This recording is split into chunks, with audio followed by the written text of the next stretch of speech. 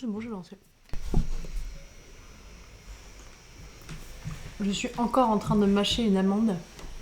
Écoute, c'est très bon pour la santé. C'est très bon pour la santé. Un peu honte, Carole. Non, faut juste pas s'étouffer avec, sinon ça pétache. Je suis un peu nulle. Donc, alors, bienvenue à tous sur notre chaîne Le Mot Magique. Je suis accompagnée de Carole. Pourquoi on voit pas ton micro à toi ?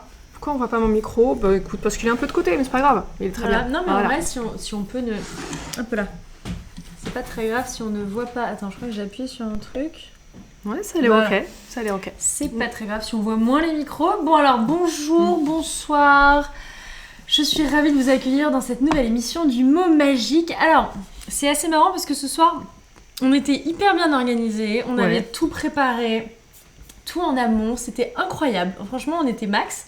Et puis en fait, il nous manque un petit truc qui fait qu'on attendait, et puis on se dit c'est pas grave, on va lancer quand même. Et puis voilà. Il me manque un truc qui est assez utile, c'est le déroulé de notre émission. Sinon, on va faire de l'impro total. Mais ça va. Après, en même temps, ça fait longtemps qu'on se connecte avec Exactement. Carole. Donc on peut faire de l'impro total. Franchement, en vrai, on le vivra bien.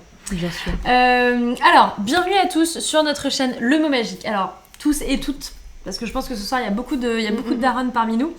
Le Mot Magique, qu'est-ce que c'est ? Vous le savez, c'est la chaîne Twitch de June. Alors nous on est une marque qui fait des produits d'hygiène et de soins pour les bébés, pour les mamans, mais on n'est pas là pour parler de June, on est là pour parler de vous et parler ce soir particulièrement d'allaitement. Pour ce faire, j'ai à mes côtés la reine, la princesse, l'empereur, comment on dit l'emperoresse ? L'impératrice. L'impératrice ! Oh là là, mais je suis nulle. J'ai à mes côtés l'impératrice. Ouais, si tu veux. Le dieu vivant de la déesse vivante de l'allaitement. Non mais arrête. The one and only, oui, Carole Hervé. Voilà. Et donc vous avez ce soir deux Carole ça, c'est pour génial. le prix d'une. Ça c'est génial. Voilà. Regardez, nous sommes il y a donc Carole. Deux. Et alors Carole, pour ceux qui ne la connaissent pas, tu es une des premières conseillères en lactation de France. Pas une des premières, mais peut-être une de celles qui a essayé de promouvoir un peu la profession pour montrer qui on est, à quoi on sert et voilà. Première, je sous-entendais une des plus anciennes, une de celles qui est là depuis le plus longtemps. Parce que tu es là depuis, tu pratiques. Tu es conseillère en lactation depuis combien de temps, Carole ? Depuis 2011. Depuis 2011, et puis tu sais qu'en fait, tu sais peut-être pas, mais notre profession a besoin on a besoin de recertifier en permanence. Tous les 5 ans, il faut montrer patte blanche, il faut montrer qu'on est bien là et qu'on est bien un jour de nos diplômes. C'est vachement bien ça, dis donc. Et je suis à ma 3e certification, tu vois. Ah là là. Ouais. C'est un peu comme le permis qu'il faudrait repasser. Ouais, c'est ça. On a des points. Pour éviter d'être mauvais. Donc voilà, donc Carole, vous la connaissez certainement. Alors moi ça fait très longtemps qu'on travaille ensemble. C'est vrai. Puisqu'on se connaissait déjà sur ma précédente boîte. Donc c'est pour ça aussi qu'on travaille autant ensemble. Et puis bon, Carole et Carole, c'est un peu comme tic et tac. Nous sommes le tic et tac de l'allaitement. Voilà, je suis ravie d'avoir fait cette petite vanne. On bossait ensemble sur ma première boîte. On animait des groupes de parole autour de la parentalité, notamment avec des mamans qui allaitaient. On refait ça d'ailleurs demain matin. Demain matin, on refait ça ensemble. Ça fait très longtemps qu'on l'a pas fait ensemble. Je suis ravie de le faire avec toi. Moi aussi. À l'occasion de la sortie de 2 produits, le baume d'allaitement qui est ici et le complément lactation qui est là pour booster la lactation. Et donc à cette occasion, on s'est dit qu'on allait réunir des mamans allaitantes pour pouvoir discuter allaitement avec elles. Donc c'est un June Mama Club qui sera 100% allaitement. Donc on est ravis de pouvoir vous proposer ça. Et surtout on est ravis de pouvoir parler allaitement et lactation aujourd'hui. Ça fait longtemps qu'on travaille ensemble et pourtant j'ai l'impression que le sujet depuis plus de 10 ans sur l'allaitement est toujours un peu le même s'il y a des progrès. On est toujours un petit peu sur la même thématique. Comment rendre l'allaitement alors déjà plus accessible à toutes. Parce qu'il y a un enjeu sur l'accessibilité de l'allaitement pour être sûr que toutes les mamans qui ont envie d'allaiter qui ont l'envie de se donner et de s'investir là-dedans pourront le faire. Avec aussi finalement le revers de la médaille qui est parfois le côté un peu clanique de l'allaitement, où c'est une tribu à part entière. Et on retrouve d'ailleurs sur les réseaux sociaux une certaine forme de pression, parfois d'un côté, et parfois aussi malheureusement de l'incompréhension. On va parler un peu de tout ça. Avant toute chose, donc je voudrais dire à tout le monde qui nous suit en direct sur le chat, n'hésitez pas à suivre la chaîne.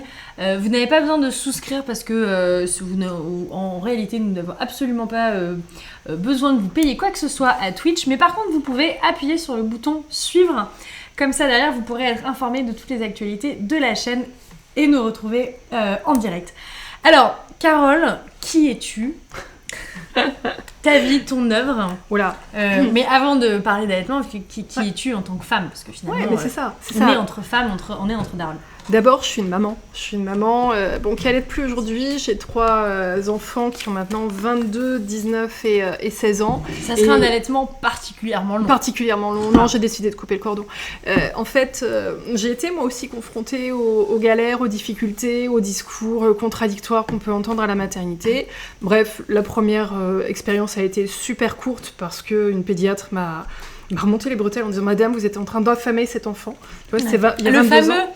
Tu affames ton enfant. Ah, c'est horrible. Et après l'avoir porté pendant 9 mois, l'avoir bien nourri pendant 9 mois, d'un seul coup à la maternité, tu deviens une connasse qui affame ton enfant. C'est assez marrant. C'est ça, la coupable, l'irresponsable, la nulle. Enfin bref, t'imagines tous les surnoms dont tu t'affubles.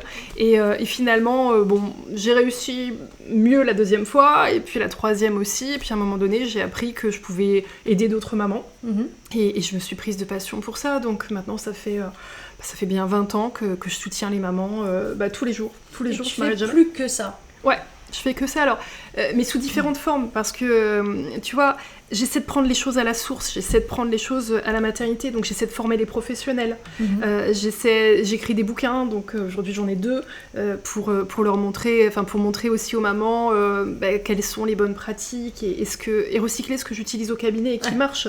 Je fais des consultations en français, en anglais, je donne des conférences, je fais plein de trucs, tu vois. Tu fais des consultations, alors... Moi qui te connais depuis très longtemps, je t'ai consultée d'ailleurs quand j'étais enceinte de mon fils, quand j'ai accouché de mon fils. Ouais. Donc clairement, je vois entre guillemets les consultations dont tu parles. J'ai moi-même débarqué chez toi en larmes en disant « j'y arrive pas, c'est une catastrophe !» Donc non, on est tous conscients de ça. Ouais. Mais alors, attends, tu n'as pas toujours été conseillère en lactation. Dans ta vie d'avant... Avant, j'ai fait de la gestion de projet en communication pour un labo pharmaceutique, pour une agence de marketing, rien à voir a priori. D'accord. Mais voilà. Je ne savais pas ça sur toi, dis. J'en ai fait des trucs. J'ai eu une vie avant. Oui, j'ai eu une vie avant et je faisais de l'événementiel haut de gamme que j'ai adoré. C'est vrai? Absolument adoré. Genre t'as fait quoi comme événement? Tu vois, organiser une remise de trophées chez Christie's. Ou une dégustation de Château d'Yquem aux Invalides, enfin des trucs improbables. Chic. Mais complètement, c'était génial. Voilà, écoute, j'ai adoré. Marré dans ta précédente vie. Ouais. Alors, donc tu as 3 enfants. Ouais. Avant, tu faisais des événements pour des marques de luxe. C'est ça. Hyper sympa, je ne savais pas ça. Ouais. Donc tu as un mari charmant. Absolument. Tu as donc 3 beaux enfants. Alors, vous qui êtes de la communauté, profitez-en là pour nous dire si vous êtes maman, vous avez combien d'enfants, si vous êtes enceinte, vous accouchez quand, qu'on ait un peu les infos pour savoir un peu qui vous êtes, qui nous rejoignez, si vous arrivez tout de suite là maintenant ou si vous arriverez dans quelques minutes. Et je pense que un jour j'arriverai à taper dans le chat en même temps que je parle pour mettre la question qui a combien d'enfants, qui est le type de maman. Ok, bon d'accord. Voilà, moi-même vous le savez, j'ai un magnifique enfant. Petit garçon qui a croqué, mais c'est une bouille d'amour, une bouille à bisous. Il était craquant et alors hyper sociable, vraiment à l'aise dans ses baskets. Donc on a Betty qui a un petit bout de 21 mois, qui est toujours 21 mois, mais attends, il a l'âge d'Adrien alors. Ouais, c'est ça. Ah là là, moi j'aimerais bien allaiter encore à 21 mois. Fais ce qu'on peut, tu sais. J'ai été... Alors, c'est marrant parce que... Alors, Anne-Laure nous dit, maman d'Alexandre, bientôt 2 ans. Ouais. T'as allaité ou pas, Anne-Laure? Maman d'un petit garçon de 7 semaines. Ah là là, 7 semaines et tu es avec nous, on est ravis. Petite fille, allaitement depuis 1 an. Et 2 ans et tu allaites toujours. Ouais. Et j'aurais adoré pouvoir dire, ça fait 2 ans et 2 ans que j'allaite et Alors, je vais dire, je n'ai pas réussi. Carole va dire, mais ça n'existe pas, il n'y a pas de réussite dans l'allaitement. C'est pas une question de... On n'aura pas de médaille si on réussit ou si on réussit pas à allaiter. Néanmoins, c'est un sentiment, je pense, fréquent chez pas mal de mamans, de se dire, bah oui, au final, j'ai réussi mon allaitement, j'ai raté mon allaitement, comme j'ai réussi mon accouchement, j'ai raté mon accouchement. Ce qui, je trouve, est dommage, parce que, comme tu le dis très bien, il n'y a pas d'allaitement parfait, il n'y a pas de réussite ou de ratage d'allaitement. Il n'y a pas de concours non plus. Oui, on n'a pas de médaille à la fin. Non. Dommage, et en fait, il faut savoir qu'au tout début, il y a des paramètres qui vont nous aider, il y en a d'autres qui vont vraiment nous freiner. À commencer, pour celles qui allaitent aujourd'hui, ce serait très étonnant que vous ayez eu dans la maternité exactement le même discours, le même soutien de la part de tous les membres de l'équipe, et on entend tout et son contraire. Et finalement, on a l'impression que c'est noir ou blanc. Non, c'est pas noir ou blanc, c'est pas aussi tranché que ça. On fait ce qu'on peut, il faut vraiment... Il y a certains paramètres qui vont nous aider à démarrer, et puis après, c'est pas parce que tu as les seins qui fonctionnent bien que tu as le bébé super efficace en face, et vice-versa. Ah oui, ça c'est... Alors, il y a tellement de sujets, il y a plein de sujets. On a Stenju qui vient de nous rejoindre, elle est enceinte d'un petit garçon prévu pour le 8 août. J'en profite pour vous dire à toutes et à tous, s'il y a des darons ou des futurs darons parmi nous, profitez-en pour aller suivre la chaîne, comme ça vous serez informés des actualités et des nouveautés. Vous aurez une petite notification quand on reviendra en live. Le prochain, c'est dans 2 semaines, je crois d'ailleurs. Alors, aujourd'hui en France, je vous donne quand même des petits éléments de contexte. Plus de 64% des futures mamans déclarent vouloir allaiter avant d'accoucher. D'accord ? Donc c'est grosso modo presque 2 mamans sur 3. C'est énorme. Alors que c'est pas du tout ce qui se passe à l'arrivée. Exactement. À l'arrivée, après la naissance, on est sur un allaitement exclusif pour 56% des femmes à la maternité. Ça va être la fameuse première tétée, où on va proposer le sein, et puis derrière on va essayer. Alors c'est quand même particulier parce que après la naissance, ton enfant il mange pas tout de suite dans la seconde. Il y a une première tranche de 24 heures où ton enfant mange. Il y a la première heure quand même. Tu as la première heure. L'heure qui suit la naissance, c'est vraiment un moment crucial. C'est une fenêtre d'opportunité. Mais il est vrai faut pas rater la première heure. C'est pas raté. Non, faut pas louper la première heure. Disons que tu as des bébés qui s'accrochent super bien. Ok, ça c'est la voie royale. Mais tu en as qui s'accrochent pas. Ou alors pour une raison ou une autre, par exemple une césarienne, puis il fait un peu trop froid au bloc et t'es séparé de ton bébé. À ce moment-là, t'as 2 mains, une petite cuillère, on récupère le colostrum et on demande à quelqu'un de super sympa de pas le perdre et d'aller l'amener à bébé. Et donc c'est le démarrage de l'allaitement, même si t'es pas avec ton bébé. Et on a remarqué dans plein d'études que si tu démarres comme ça dans l'heure qui suit la naissance, tu mets vraiment toutes les chances de ton côté pour que ton corps comprenne que il y a un bébé, il est là, il est en pleine forme, on y va. Et même s'il est pas en pleine forme, on y va. Donc alors, première étape, premier conseil, si on devrait... Alors, on va donner, j'espère, des conseils utiles ce soir, à la fois ce soir, et puis surtout pour toutes celles qui ne peuvent pas être avec nous, qui regarderont le replay. Donc, première étape, idéalement ne pas rater la fameuse tétée d'accueil, le colostrum. Alors, ne pas rater. C'est louper. C'est ne pas louper en fait, la fenêtre de la première tétée. Voilà. Saisir cette opportunité. Exactement. Et puis, tu peux rajouter dans l'heure qui suit la naissance, en fait, comme tu as des bébés qui sont pas très efficaces au départ, mais on a vraiment envie de mettre toutes les chances de notre côté, et ben, on a remarqué que si on vient coacher un peu les hormones, c'est-à-dire que si on vient stimuler tout ce qui est autour du mamelon, donc l'aréole, par des petits massages, en fait, souvent on fait ça. Simplement, tu vois, tu appuies en arrière, tu rassembles, tu relâches, tu fais ça 10 fois à gauche, 10 fois à droite. Je souris parce que j'ai fait ça avec elle. Vous allez en consultation chez Carole. Il y a un moment assez drôle où en gros elle est là, puis tu te touches le sein dans tous les sens. Je passe ma journée. Elle touche toutes les têtes des bébés et tout. C'est hyper ludique. Je touche pas spécialement la tête du bébé, mais on oriente, on appuie comme ça et tout. C'est complètement. Mais on s'en fout parce qu'on est là pour parler de ça sans tabou, et ça c'est hyper important de parler de ça sans tabou. Donc je reprends. Après la naissance, on est à presque une femme sur 2 qui fait allaitement exclusif. Malgré, et il faut le dire, leur volonté. Malgré le fait que le corps médical, quand même, il faut être honnête, pousse un peu au crime et n'est pas toujours accompagnant dans l'allaitement. D'ailleurs, dites-le nous en chat, si vous avez au contraire été hyper accompagné, que toute l'équipe médicale faisait corps et disait bien sûr allez-y, allaitez, ne lâchez rien, ou si au contraire, comme ce fut mon cas, il pousse un petit peu pour le fameux petit complément. Alors moi, écoute, franchement, à des moments je me dis mais le monde est vraiment est vraiment bizarre parce que je suis la fondatrice de June, ça fait des années que je suis autour des sujets, j'ai eu des tonnes d'histoires parce que ça fait des années que je rencontre des mamans qui me racontent des tonnes de trucs. Et ben comme une débile, à la maternité, je viens d'accoucher, j'ai une césarienne en urgence, j'aurais dû accoucher juste là, à ta gauche, dans mon salon, dans une petite piscine, césarienne en urgence à la clinique. Et ben là, il y a un mec qui vient, le pédiatre, ou je sais pas le pédiatre qui d'ailleurs, je pense que c'était le pédiatre, et qui vient, et mon fils n'a pas tété depuis la veille, et il me dit « Oh, bah il faudrait quand même lui donner un petit complément. » Petit, en plus on le minimise comme ça. Et donc en fait, moi je me dis « Bah un petit complément, c'est pour son bien. » Bien sûr. Et je ne comprends pas, en fait, à ce moment-là, il m'amène une petite bouteille de Gigose, en mode, bah, on va lui donner un petit peu de Gigose à la cuillère. Et sur le coup, je me dis pas, ah, mais c'est bizarre de faire ça. Sur le coup, je me dis, c'est un petit complément. Un peu comme un complément, tu vois, un peu comme un complément alimentaire. Un peu comme ce genre de truc, quoi. Tu prends ça pour que ça t'aide un peu. C'est pas, tu prends ça et ça remplace toute ton alimentation et donc, vas-y, adieu, oublie le sein pour toujours. Et ben, ça m'a fait bizarre parce que sur le coup, je pensais vraiment bien faire en disant oui. Et donc, en fait, le gars, il commence à filer du Gigose à mon gosse avec une petite cuillère et je me dis... Ah, bah donc en fait, est-ce que vraiment j'ai encore besoin d'allaiter ? Parce que de toute façon, là, on fait manger mon enfant autrement.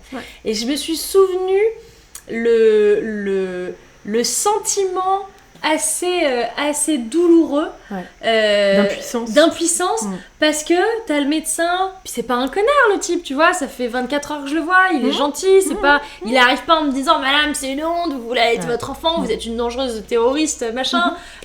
Non, pas du tout, il est plutôt sympa. Et ça m'a prise de court. Et je me dis, punaise, si moi, dont c'est... Alors, mon métier, c'est pas d'être conseillère en lactation, mais mon métier, c'est quand même de travailler autour des mamans. Si moi, je ressens ça, je me dis, mais une fille qui sait peut-être pas, qui s'est renseignée, ou peut-être t'es plein dans tes hormones, tu sais plus ce que tu veux. T'es paumée. Et tu sais plus quoi. Alors, on a plein de témoignages hyper intéressants. La majorité était soutenant, mais quelques-uns m'ont découragée parce que j'avais mal au mamelon. Alors ça, c'est un truc qui arrive très souvent. Dès que tu dis que t'as mal quelque part, on te dit bah arrête parce que ça sert à rien de te faire mal. Mais tous les prétextes sont bons pour arrêter. En fait, il faut juste une personne qui est là. Et là récemment, il y a une maman qui était prête à tout lâcher. Et puis il y a une sage-femme qui dit bah, je comprends pas. Hier, vous étiez assez clair. Vous avez dit que vous vouliez allaiter. Allez, on se donne encore 1 heure ou 2, mais je vais être à côté de vous. Et ça a tout changé.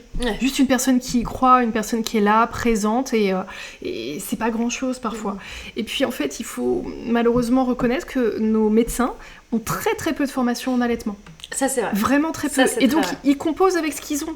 Et puis il y a aussi une peur. C'est mince, on veut pas que le bébé perde trop vite du poids, donc nous on veut nourrir notre bébé. Le médecin il dit bah oui mais moi je peux pas maîtriser ce qu'il y a dans les seins de la dame, donc comment je vais faire ? Et puis bah il a un stock énorme ça s'appelle des petites nourettes, ces petits biberons. Il a un stock énorme de petits biberons. Allez, c'est la facilité. Finalement, je suis pas hostile à ces trucs-là. J'aimerais juste qu'ils soient mis sous clé. C'est-à-dire qu'on les donne sur prescription, mais après avoir vraiment pris le temps de détailler tout ça. Ou alors même que ce soit une volonté claire du parent, parce que tu as le droit en tant que parent de dire « je suis désolée » ou même pas « je suis désolée »,« bonjour, je m'appelle Géraldine et je ne souhaite pas allaiter mon enfant. Donnez-moi un biberon s'il vous plaît, et donnez-moi une... comment ça s'appelle ? Une nourrette. Nourrette. Et surtout m'expliquer ce qu'il y a dedans. Et il faut savoir que donner du lait artificiel comme ça au tout début, ça peut avoir un impact et prédisposer à des allergies. T'as des enfants qui vivent dans des familles où il y a plus de sensibilité aux allergies, et bien le simple fait, même quand la maman allaite, d'avoir donné 1 ou 2 petits bibes comme ça à la maternité, ça fait que le bébé va être plus sensible, et c'est vraiment dommage. Alors je vais te poser la question que je me suis toujours posée, parce que quand on entend des trucs comme ça, je me dis tout le temps comment on fait pour savoir si c'est vrai ? C'est-à-dire que t'as eu un groupe test de bébés à qui on a rien donné, à qui on a donné un peu, à qui on a donné à fond, et à la fin t'as une proportion plus élevée.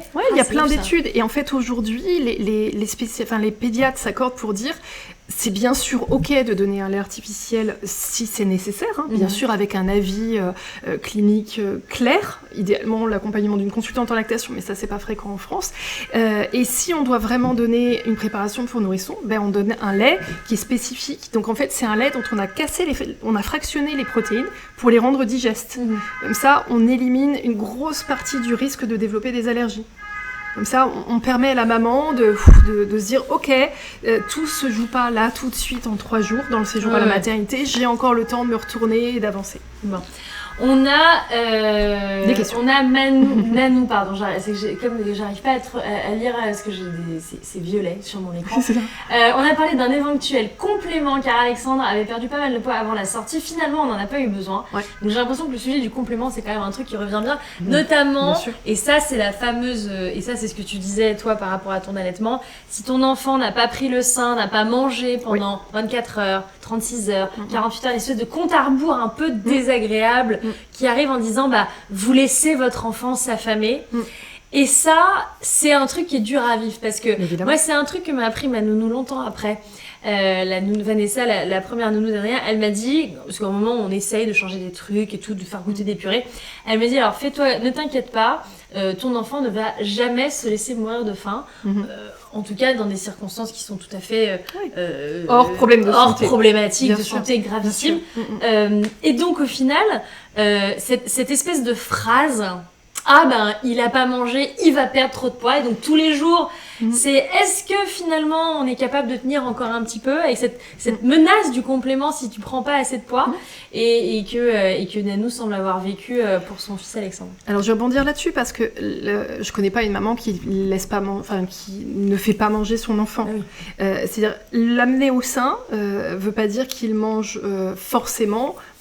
Et puis la maman, elle le met au sein. L'idée, c'est de lui montrer ce qui se passe au sein. Le bébé qui reste au sein ne va pas toujours boire réellement. Ça m'étonnerait que la maman laisse 36 heures son bébé sans le nourrir. Après, elle peut le mettre au sein et constater que, mince, finalement, il prend peu ou alors il continue de perdre un petit peu de poids. Dans ce cas-là, allez hop, on appelle quelqu'un de spécialisé et on dit, ok, aidez-moi, franchement, concrètement, pas en brandissant ce petit bib, en se disant, mais comment je fais ? Il y a d'autres trucs à faire avant de passer au complément. Il y a plein d'autres trucs à faire. Et il est très fréquent que la plupart des mamans vont avoir suffisamment de lait. C'est quand même très rare, il y a très très peu de cas de figure où la maman n'a pas assez de lait pour nourrir son enfant. Donc on continue sur le sujet. Alors Anissa nous dit ma fille avait un petit poids. 24 heures après, ils m'ont dit de tirer mon lait pour prendre du poids. J'ai dit non au complément. Anissa était courageuse. Et j'ai demandé un dalle et non un biberon. Bravo. Heureusement, une puéricultrice à l'écoute. Alors, pour ceux qui nous regardent, parce que, n'est-ce pas, le soir où j'ai fait le live avec Camille, d'ailleurs on lui fait un bisou si elle nous regarde, coucou Camille, on t'embrasse très fort. Le soir où j'ai fait le live avec Camille, il y avait des gens qui sont arrivés qui nous ont dit c'est quoi une césarienne, c'est quoi une épisiotomie. Bien sûr. Et donc en fait, c'est important de déjargonner la discussion parce que on est là en disant oui, donc alors j'ai un dalle, oui le dalle. Bon, pour moi le dalle c'était une préparation indienne avec des lentilles et du riz. Voilà. C'est ça. Donc un jour j'ai rencontré Carole qui m'a expliqué que le dalle, dispositif d'aide à l'allaitement, à la lactation. Tu vois, en plus, je me trompe. Le DAL, c'est une espèce... Alors, je vais essayer de te le résumer. C'est un mini tube avec une espèce de seringue d'un côté. Et en gros, que tu cales à l'intérieur de ton soutien-gorge d'allaitement ou de ton sein. Et donc, tu mets soit du lait tiré, soit... du lait artificiel. Le petit complément à l'autre bout. Et donc, tu appuies, tu pousses depuis ta pipette et que tu glisses dans la bouche de ton enfant qui lui-même est au sein. C'est-à-dire que ton enfant est au sein, il tète un sein qui ne produit pas ou qui n'arrive pas ou il n'a pas le bon acte de succion, etc. Et en fait, toi, tu lui mets le mini-tube dans la bouche et il a le sentiment de téter, donc t'es comme dans un allaitement où il tête sur le sein et en fait il boit. Et c'est ce qu'on a fait avec Adrien. C'est ce qu'on a fait beaucoup avec Adrien. Parles de seringues. Après, les seringues, elles n'ont pas une grande contenance. Donc ce que tu viens de décrire, on appelle ça une tulipe, mais bon, on s'en fiche. C'est encore du jargon. C'est encore du jargon. Donc brancher ce petit tuyau sur une seringue et le mettre en hauteur, c'est plus qu'on utilise en néonate. Là, tu prends un flacon, ça peut être un biberon, on fait tremper le petit Scooby-Doo là-dedans, on met l'autre bout du tuyau près du mamelon et le bébé, on est censé ruser un peu et lui faire boire du lait du biberon en même temps qu'il ne prend sur le sein. Ça a l'air facile quand on le décrit. Dans la vraie vie, c'est moins simple. Facile. Mais c'est pas si simple que ça. Je sais pas si chez vous trouvez que ça a l'air facile. Je suis pas sûre que ça a l'air... Je ne dirais pas, ça a l'air facile. Mais donc, Anissa a eu un DAL, mais Anissa a eu un DAL parce qu'elle l'a demandé. Et c'est ça le truc, c'est-à-dire que si, tu vois, Anissa dit on me propose de tirer mon lait, déjà, c'est bien de proposer de tirer le lait parce que tu vas avoir des gens qui vont dire non, mais on tire pas le lait, on prend le fameux petit complément. C'est toi qui m'as dit de tirer mon lait d'ailleurs.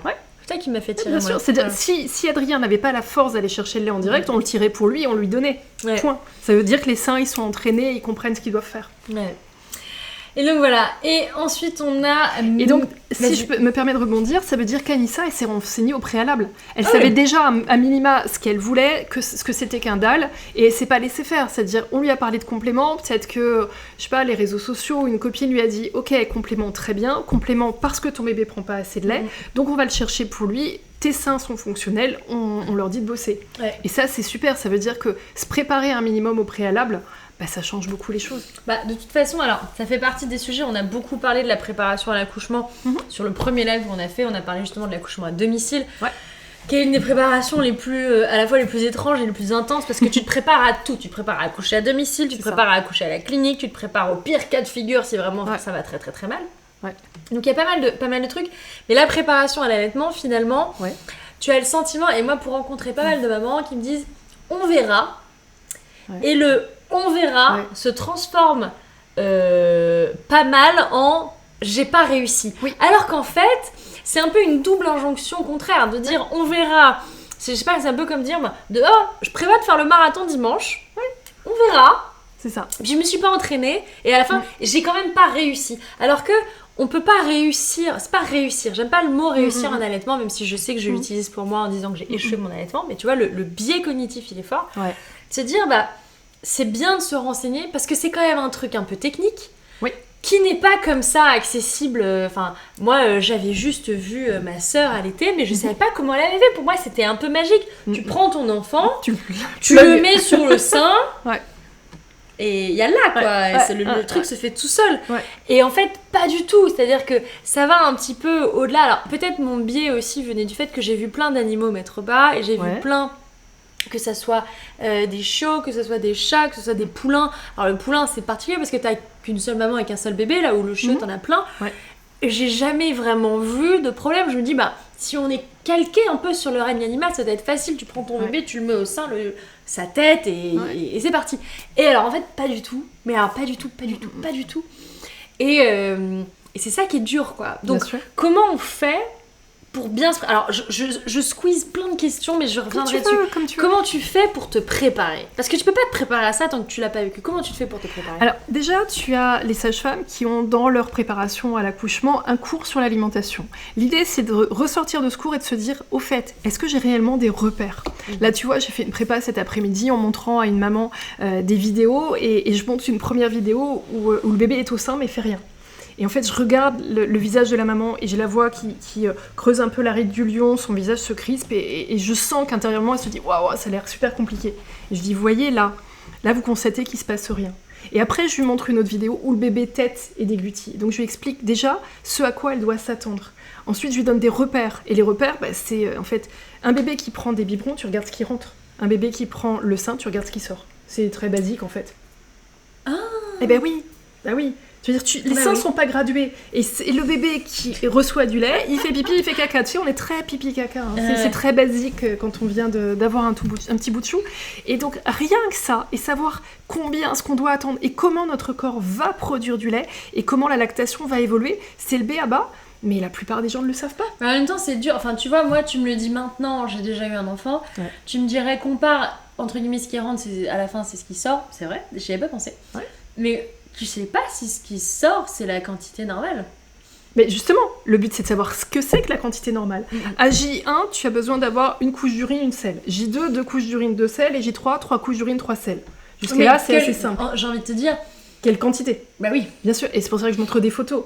Et c'est pas une trace, non, je vais pas montrer j'ai pas mis de photos de pipi caca parce que le méconium c'est quand même pas très joli. Mais en fait, c'est pas juste une trace, c'est pas un P foireux, il y a vraiment du volume. Et ça... normalement, les spécialistes en allaitement sont censés accompagner ça. Parce que j'entends un conseil qui, au départ, est souvent très bienveillant, que je trouve très difficile à vivre, c'est « faites-vous confiance ». Ouais, mais moi, je me fais pas confiance. Je suis une femme. Déjà, le matin, je sais pas ce que je vais mettre. Ce matin, je vais venir en vert, tu vois.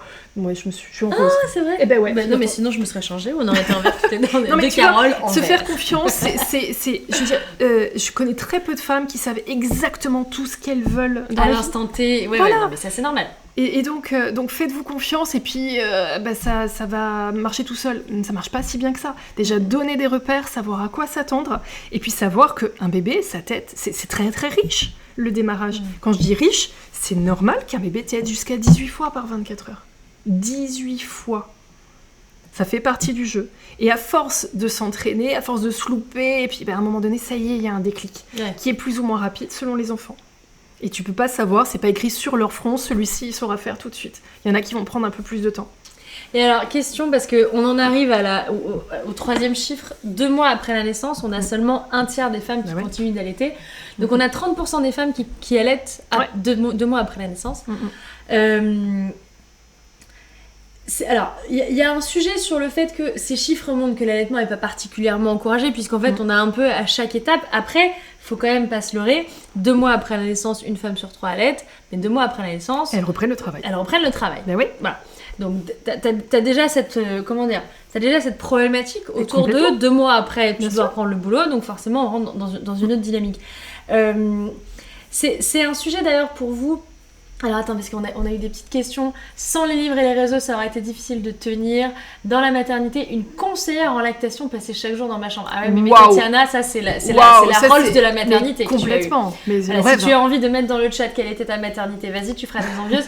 Mais en vrai, c'est un petit peu la Rolls de la maternité parce que moi, à titre personnel, j'ai pas du tout eu de conseillère en lactation. Pourtant, j'étais dans la clinique qui fait des accouchements à domicile. Donc tu te dis quand même, en niveau de perchitude, on était bien... On était plutôt pas mal, hein, voilà, avec toute une équipe médicale, pro accouchement à domicile et tout. Et pourtant l'allaitement, tu vois, c'est assez marrant. C'est un sujet annexe, allez hop, on le met bébé au sein et puis basta. On se rend compte quand on est maman que ça marche pas si bien que ça, mais les professionnels continuent de pas savoir qu'ils doivent se former, c'est dommage, parce que ça prend du temps. Et donc Nano remercie la conseillère en lactation qu'elle a rencontrée, qui l'a rassurée et qu'il passait beaucoup de temps au sein. Tiens, d'ailleurs, c'est une bonne question. Combien de temps votre enfant passait au sein ? Moi, je sais que mon enfant, mais c'est parce que j'ai appris avec son caractère, avec le temps, il était assez impatient. Et en fait, au bout de 10 minutes max, il mettait la tête comme ça en arrière, avec sa petite tête, toute petite tête, il disait oh maintenant j'en ai marre, ça me saoule. Et parce qu'en fait il avait un besoin de succion qui était énorme et ça sortait pas assez vite pour lui. Donc au bout de 5-10 minutes il en avait ras-le-bol et donc il sortait la tête. Donc ce qu'on avait mis en place avec Carole, alors je vais pas tout vous spoiler parce que je vais quand même vous faire la petite histoire de pourquoi ça s'est passé comment, mais en gros il prenait le petit apéro au sein. Il venait prendre son petit apéro au sein et quand sa patience était à bout, là il prenait un complément. Un complément. Il commençait par le lait tiré que j'avais tiré, qui était un complément, et derrière petite dose de lait infantile puisque moi j'étais en allaitement mixte, anti-allaitement. Alors Tatiana nous a dit elle a accouché à Sainte-Thérèse dans le 17e, voilà, on envoie de l'amour à Sainte-Thérèse dans le 17e. Tu connais Sainte-Thérèse dans le 17e, c'est pas loin de chez toi. Oui, et tu es surprise de savoir qu'à Sainte-Thérèse... Alors c'est pas une consultante en lactation IBCLC, mais il y a une dame qui s'appelle Angélique à qui je rends hommage ce soir et qui aide beaucoup les mamans et qui croit en fait. Et donc elle est un peu le pilier de la mater et ce qui est génial c'est que ça fait des années qu'elle est là et donc l'équipe sait s'appuyer sur elle et ça c'est formidable. Donc bravo. Moi, je suis ravie qu'il y ait ça. Et en fait, il y a souvent une personne comme ça. Au Bluet, tu as une dame géniale qui s'appelle Fayati et qui est là la nuit. Elle travaille la nuit et elle est là pour s'occuper des mamans. Et donc, il suffit parfois d'une personne qui croit, d'une personne qui reste quelques minutes de plus à côté de vous et qui vous aide peut-être à ajuster une position et ça marche beaucoup mieux. Mais de la même manière, alors, on parle des choses bien, mais on n'est pas là pour parler sans tabou, on va parler des choses reloues. Mais de la même manière que moi, j'ai un souvenir très, très, très violent de l'accouchement de ma sœur, premier accouchement de ma sœur. Qui grosso modo, ma sœur a accouché en Bretagne, à Rennes, de voir une dame, donc ma nièce quand elle est née, elle était trop mignonne, elle était un beau bébé, bien joufflu, et donc tu vois, tu sentais que tu vois, c'était un bon bébé, elle est née, je sais plus à combien, 4 kilos et des bananes et tout, donc vraiment bien quoi. Et je vois arriver cette cette aide puéricultrice, et j'ai ma sœur, tu vois, qui est bourrée d'hormones, et c'est son premier bébé. Puis moi, je suis sa petite sœur. C'était il y a longtemps, elle avait peut-être 28 ans, donc moi, je devais en avoir 23, 24. Enfin, c'était vraiment, c'était un moment. Et je vois cette dame qui rentre, et ma sœur est toute gentille, elle dit « Je sais pas si là, elle est bien positionnée pour téter, machin. » Et l'autre, je veux dire l'autre vraiment, elle lui prend la tête, comme si c'était un Playmobil. Elle lui fait ça. Ah bah voilà, faut pousser un peu. Ah, j'ai horreur de ça. Mais j'ai horreur de ça. Et elle lui plaque comme ça la gosse sur le sein. C'est prendre la tête de bébé et le sein est branché l'un avec l'autre. C'est comme si c'était une prise électrique.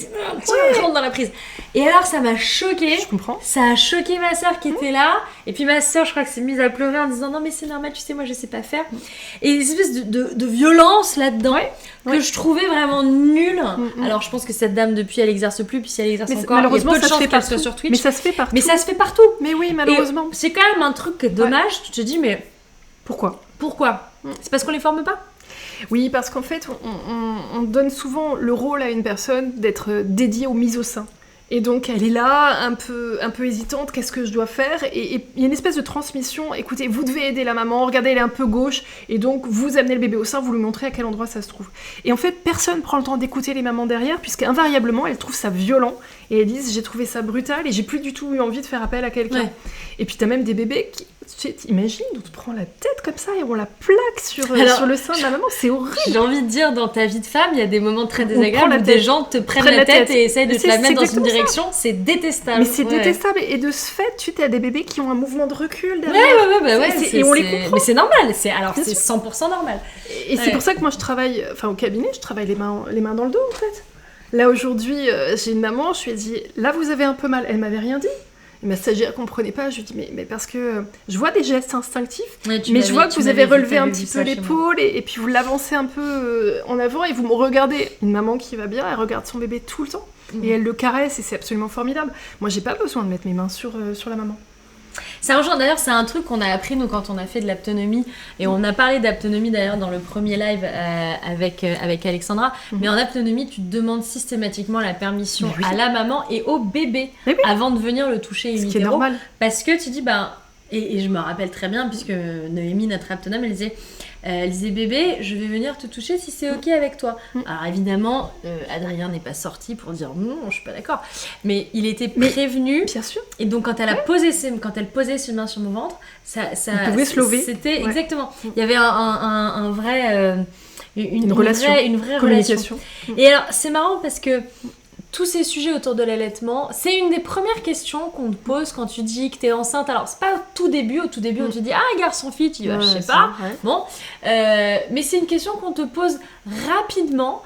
Est-ce que tu comptes allaiter? De la même manière que quand on a un, on te dit « Et alors, le deuxième, c'est pour quand ?» Alors, malheureusement ou heureusement, moi, comme je me suis séparée de mon mari, les gens ne viennent pas me dire « Alors, le deuxième, c'est pour quand ?» parce qu'ils savent que voilà. Mais c'est quand même une question qui arrive fréquemment et rapidement sur la fin de la grossesse. Ah, est-ce que tu comptes allaiter? Et il n'y a pas vraiment de bonne réponse à ça parce que si tu dis oui, tu vas avoir des gens qui rapidement... Alors, c'est toujours un peu la même chose. Au bout de 6 mois d'allaitement, alors quand est-ce que tu arrêtes? Pas allaiter trop longtemps non plus, faut pas déconner. Et puis après, si tu dis non,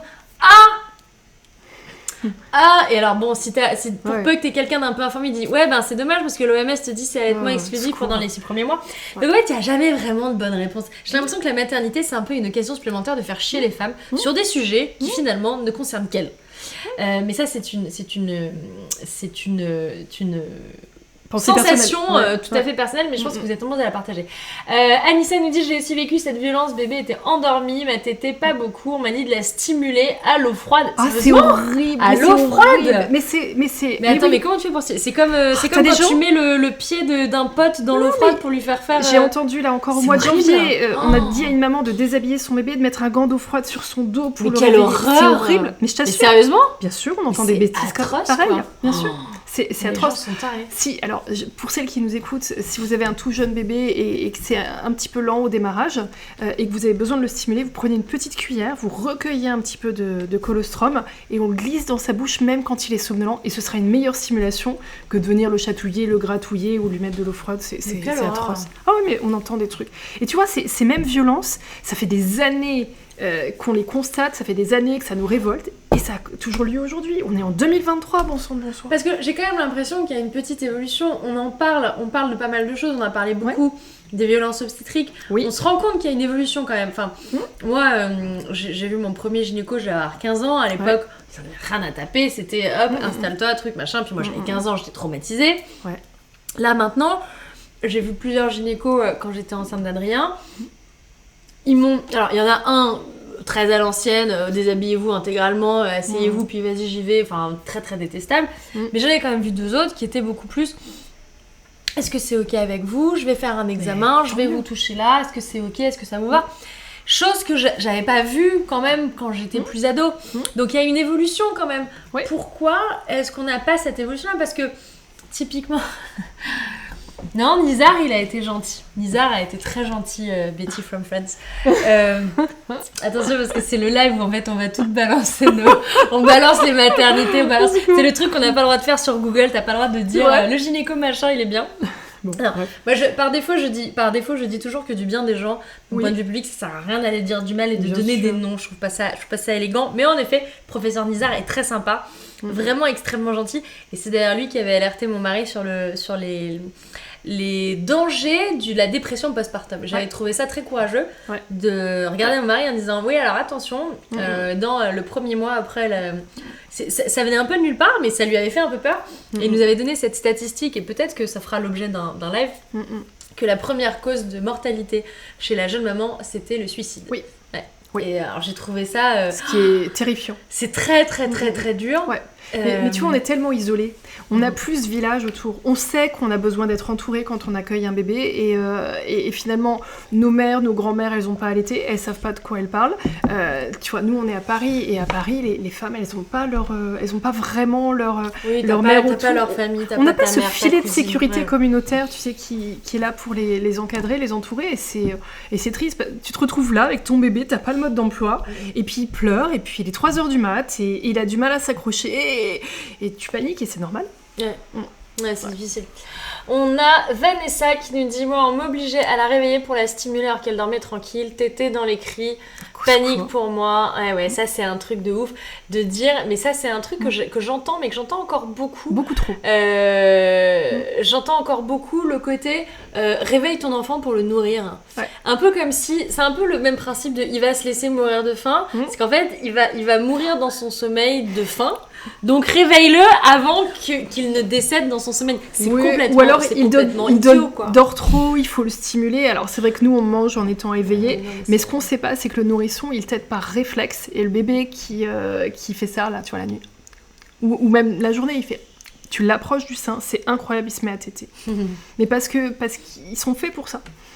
Mais en fait, il y a plein de gens qui ne le savent pas, et j'appelle ça les commentaires de Madame Michu. Madame Michu, c'est ma copine, qui dit « Ah, mais il faut le réveiller parce qu'il ne faut pas le laisser dormir trop longtemps, mais en réalité, tu l'amènes au sein alors qu'il est somnolent, et ça marche tout de suite. » Et puis, quand bien même, je veux dire, c'est ok si ton enfant il dort, quoi. Ça dépend, dormir combien de temps ? Tu le laisses pas dormir 6 heures à la maternité. Mais si au bout de 3-4 heures, de toute façon tes seins ils picotent un petit peu, tu sais que là, il pourrait téter. S'il a l'air de beaucoup dormir, la petite cuillère, ça coûte quoi ? Une petite cuillère. Emmenez la vôtre, parce qu'aujourd'hui on nous donne des petites cuillères, tu sais, jetables et écolo. En bois, et c'est un peu rêche, c'est pas très agréable. Mais moi je dis aux mamans, vous avez votre petite cuillère, et puis on récupère un peu de lait, on le donne au bébé, et puis tout va bien. Alors... on discute de comment on fait pour s'informer sur l'allaitement.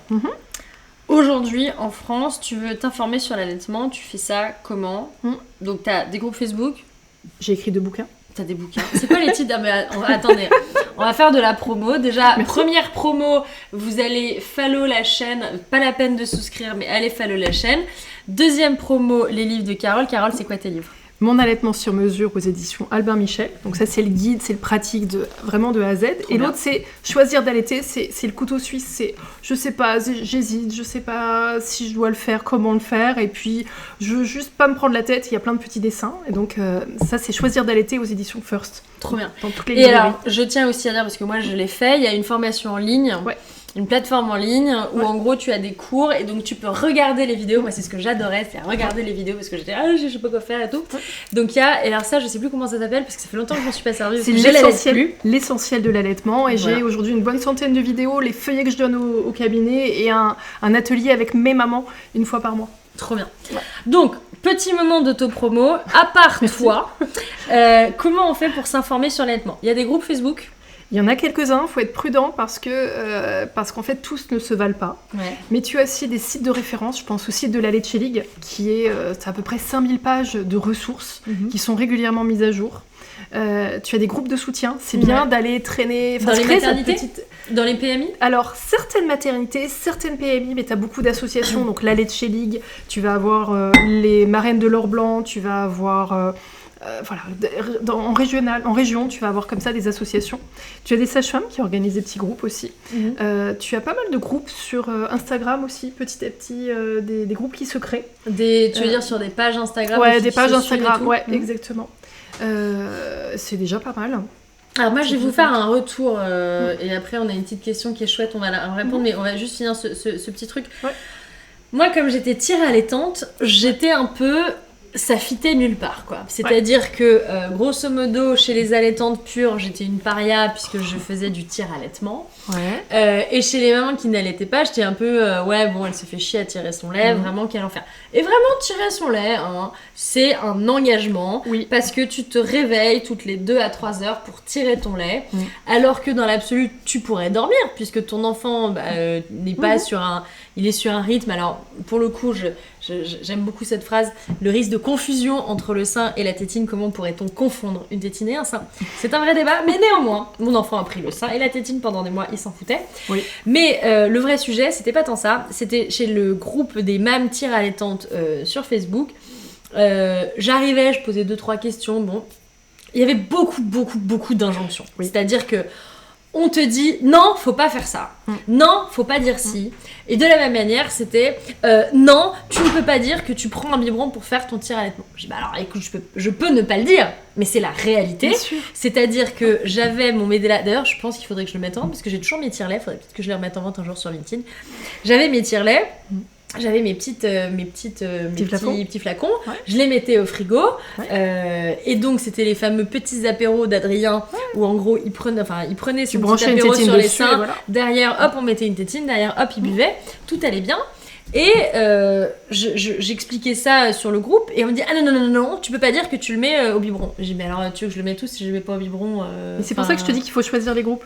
C'est-à-dire que ça c'est dur, mais c'était le plus gros groupe, on est genre 35 000 dessus. Je sais bien. J'ai trouvé ça hyper dur parce que je me suis dit mais attends mais en fait on est sur un groupe de tir allaitantes, que je me fasse insulter sur un groupe de mamans allaitantes. Alors j'ai envie de te dire, je ne trouverais pas ça normal quoi qu'il arrive. Et j'ai même vu passer sur certaines publications parce que ça fait partie de notre métier de voir ce qui se dit sur les différents groupes. J'ai même vu un jour une maman dire à une autre maman quand elle disait moi j'ai pas envie d'allaiter, une maman lui répondre bah tu n'avais qu'à serrer les cuisses. Et j'ai trouvé ça d'une violence sans nom. Alors qu'un homme dit ça à une femme c'est scandaleux, mais je trouve qu'une femme dit ça à une autre femme dans un groupe de mamans, mais c'est juste, encore pire. Je sais pas si c'est encore pire, c'est minable à tous les niveaux. Oui, juste une absence de compassion à ce point-là, je trouve ça dingue. Donc je dirais quand même faites un peu attention sur les groupes, groupes Facebook, groupes Insta, sur les applis type WeMoms et tout, il y a plein de choses bien à prendre. Oui. Parfois, c'est un peu la foire. Non, mais c'est un peu too much. Et en fait, c'est pas des gens qui sont fondamentalement formés pour ça, quoi. C'est-à-dire que moi, qui ai une daronne qui allaite à l'autre bout de la France, qui vient de me dire non, faut pas faire ci, j'ai envie de dire. Je m'en fous quoi. Enfin, non mais ce que je veux dire c'est que toi si tu me dis quelque chose, je te fais confiance parce que tu es formée, c'est ton métier. Au-delà du fait que je te connaisse, moi je suis rassurée par la connaissance scientifique. Moi derrière d'avoir une nana que je connais pas qui me dit faut pas faire ci, faut pas faire ça, ça me stresse plus qu'autre chose. Donc sur les groupes, on va quand même faire un petit peu attention. Les maternités, les conseillères, il y a un annuaire des conseillères en lactation. C'est l'Association française des consultantes en lactation qui référence les vrais IBCLC. Parce qu'il y a beaucoup de personnes qui s'affichent conseillères en lactation qui ne le sont pas. Qui n'ont pas fait de formation. Juste, c'est des fans de l'allaitement et qui te procurent. Alors, parfois des conseils qui peuvent être bien, parfois, on ne sait pas. C'est ça, on ne sait pas. Et tu vois, c'est un gage de qualité, si je peux dire, le cycle IBCLC, le sigle IBCLC. Et alors, question bête, parlons pas de Paris, mais parlons à travers la France. Ouais. Une consultation en lactation, ça dure quoi? Une demi-heure, 1 heure? Ça dépend des problèmes des enfants. Tu peux compter entre 1 et 2 heures. Okay. Entre 1 et 2 heures, selon... Alors, c'est pas une question de région, c'est une question de professionnel. Oui, mais la question de l'argent, c'est aussi une question de région. Voilà, la question de l'argent est plus une question de région. Aujourd'hui, il faut compter 50-80 euros de l'heure. Ok. Donc, malheureusement, c'est pas encore pris en charge par la Sécu. T'as pas des mutuelles qui le prennent en charge? Ça dépend des mutuelles. Tu en as quelques-unes, une petite poignée. On commence à essayer de les référencer, qui les prennent en charge. Mais c'est franchement...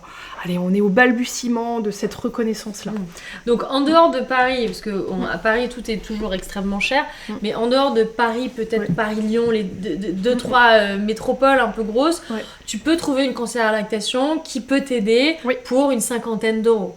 Exactement. Bon, après, ça vaut le coup. Si vous ne savez pas, vous pouvez très bien appeler et puis poser la question combien coûte la consultation, et la personne vous dira c'est 50 et 60 euros. Et alors, je tiens à vous le dire, moi qui étais complètement bloquée dans mon allaitement, puisque j'ai débarqué chez toi, ça faisait quoi, 1 semaine, Adrien? Ouais, il avait à peu près 1 semaine, en larmes, au bout de ma vie, vraiment au fond du seau. On s'est vu une seule fois, alors qu'on se connaissait depuis très longtemps. On s'est vu une seule fois, ça a duré 3/4 d'heure. On a dû passer une bonne heure. Tu crois? J'avais le sentiment que c'était très rapide, mais parce que c'était très... Mais parce qu'avec moi, il y avait une solution, donc j'avais le sentiment que c'était rapide, parce qu'il y avait une solution rapide et que ça a vraiment débloqué les trucs. Donc voilà, donc n'hésitez pas, si vous avez une problématique, à aller consulter quelqu'un. Il y a des filles, des conseillères en lactation qui ont des comptes Instagram. Donc ça, on peut les suivre. Toi-même, tu as un compte Instagram. On peut suivre ces filles, on peut faire des consultations avec ces filles-là, mais on privilégie quand même les filles qui ont des formations. C'est des conseillers. Il y a des conseillers en lactation? Il n'y en a pas beaucoup. Il y en a un en France. Il y en a un. Thomas Ritou, il fait partie de mon équipe. Thomas, on lui fait un bisou. Super sympa. Thomas, des bisous à Thomas. Et tu vois, le prix de la consultation, c'est marrant parce qu'on met toujours ça en avant. On se dit, ah ouais, c'est quand même pas pour toutes les bourses. Ouais, mais c'est l'équivalent de 2-3 boîtes de lait. Hein. Ouais, non mais c'est sûr que en plus dans le monde dans lequel on vit, on a l'inflation, on a tout ça, on vit dans un monde un peu compliqué en ce moment, ça c'est clair. Après, il y a 2 niveaux de choses. La première, c'est on est habitué aussi en France à ce que tout ce qui est médical soit gratuit. En fait, ça n'est pas gratuit. Pris en charge par la Sécu. C'est pris en charge, exactement. C'est pas gratuit, c'est pris en charge. C'est-à-dire que on le paye dans les charges patronales, c'est tout ça de salaire en moins que l'employeur va payer pour vous auprès de l'État. C'est aussi dans la fameuse CSG que vous payez la différence entre le salaire brut et net. Donc c'est pas des choses qui sont gratuites, ce sont juste entre guillemets des choses qui sont incluses entre guillemets dans ce que vous allez pouvoir entre guillemets payer. Donc payer 50 ou 60 euros, c'est comme les gens quand on parle de santé mentale qui vous disent bah ouais mais un psychologue ça coûte trop cher. Mais en fait oui et non, c'est-à-dire que c'est une somme d'argent qui peut être un sacrifice financier pour plein de gens, ça c'est sûr, mais il faut voir le bénéfice de ce qu'on dépense. Il y a des gens, ils sont heureux en s'achetant une robe et ça leur procure un sentiment de bien-être. Et puis il y a des gens, ils achètent une robe à 100 euros, ça leur procure pas de sentiment de bien-être. Par contre, aller voir un psy qui coûte 100 euros, ça leur procure un sentiment de bien-être. Bah, faut le voir un peu comme ça. Comme un investissement. Exactement, c'est un sujet d'investissement et je tiens à le dire parce qu'en effet, en l'occurrence pour moi, 1 heure de consultation, une consultation, ça a suffi à tout débloquer et on n'avait pas besoin de plus. On avait une petite question de Cédarlix. Bébé à 5 mois, est-ce trop tard pour essayer de booster ma lactation? Mon bébé est né prématurément, je n'ai jamais eu assez de lait. Alors je sais que la phrase qui a commencé par te faire agir, c'est « je n'ai jamais eu assez de lait ». Parce que je la connais bien. En fait, il y a pas mal de paramètres. Oui, c'est vrai qu'il y a des fenêtres d'opportunité et démarrer l'allaitement au tout début, ça peut vraiment être des bons paramètres pour y arriver par la suite. Est-ce que c'est rattrapable, un allaitement, même à 5 mois ? La réponse est potentiellement oui. Maintenant, je peux pas vous répondre comme ça. J'ai besoin d'analyser, enfin une consultante en lactation a besoin de tout analyser en détail et voir quel est le potentiel d'évolution. Ce que je sais, c'est que la plupart des mamans qui sont venues me voir, qui voulaient booster leur lactation, ont réussi à un moment donné. J'ai pas dit qu'elles sont arrivées à l'exclusif à 100%, mais elles se sont senties plus fières d'elles d'avoir réussi à dépasser un premier palier au moins. Et c'est sympa, quoi. Alors, il y a 2-3 petits conseils que tu m'avais donnés à l'époque. C'était donc de ne pas rompre entre guillemets l'allaitement, même de manière fictive, d'où l'intérêt de tirer son lait pour justement, en fait, un sein qui tire de plus en plus, produit de plus en plus. Plus on retire du lait des seins et plus on va en produire. C'est vraiment comme ça que ça fonctionne. C'est-à-dire que là, vous voyez, j'ai une tasse. Si je vide ma tasse, j'ai de l'espace pour remettre de l'eau dedans. Donc si je la vide pas, il me reste un tout petit peu d'espace et finalement, je le remplis pas. Donc on retire plein de lait très régulièrement et le corps comprend qu'il faut remplir la tasse. Ok. Donc ça, c'est un des premiers conseils que moi tu m'avais donné à l'époque, d'où le fait de tirer son lait. Ouais. Après, il y a plein de petites choses, donc on a le petit complément lactation. Il sort demain, vous pouvez pas encore l'acheter, mais en tout cas, il sera là dans les jours qui viennent. Faut boire beaucoup, ça paraît bête, mais tu bois beaucoup et tu te nourris bien. Enfin, ça suffit pas. Ça suffit pas. Mais disons... Mais c'est un peu le basique. Et moi, je me souviens que j'ai commencé à sentir que je faisais moins de lait quand j'ai commencé à diminuer un petit peu mon apport calorique parce que j'avais beaucoup de poids après ma grossesse. Je le vivais extrêmement mal. Et donc j'ai commencé à baisser un petit peu mon apport calorique et donc à pas me nourrir à la hauteur de ma faim. Et là j'ai vu une baisse dans ma lactation. Et ça, je l'ai jamais dit d'ailleurs, et je culpabilisais beaucoup à l'époque, mais c'est vrai. C'est-à-dire que tu ne te nourris plus entre guillemets à ta faim, et ben derrière tu es moins... Enfin moi j'ai senti que mon corps faisait moins de lait à cause de ça. Alors c'est pas vrai pour toutes les mamans. Maintenant il est vrai qu'une maman qui allaite, eh bien elle se régale de ses magnifiques amandes par exemple. Il y a Carole depuis tout à l'heure qui grignote des fraises, qui arrête pas et c'est super. Et la dernière fois on avait des fraises, des fausses fraises Tagada et des oursons au chocolat. Là on est sur de l'amande et sur de la fraise. Donc une maman qui allaite, elle a naturellement soif.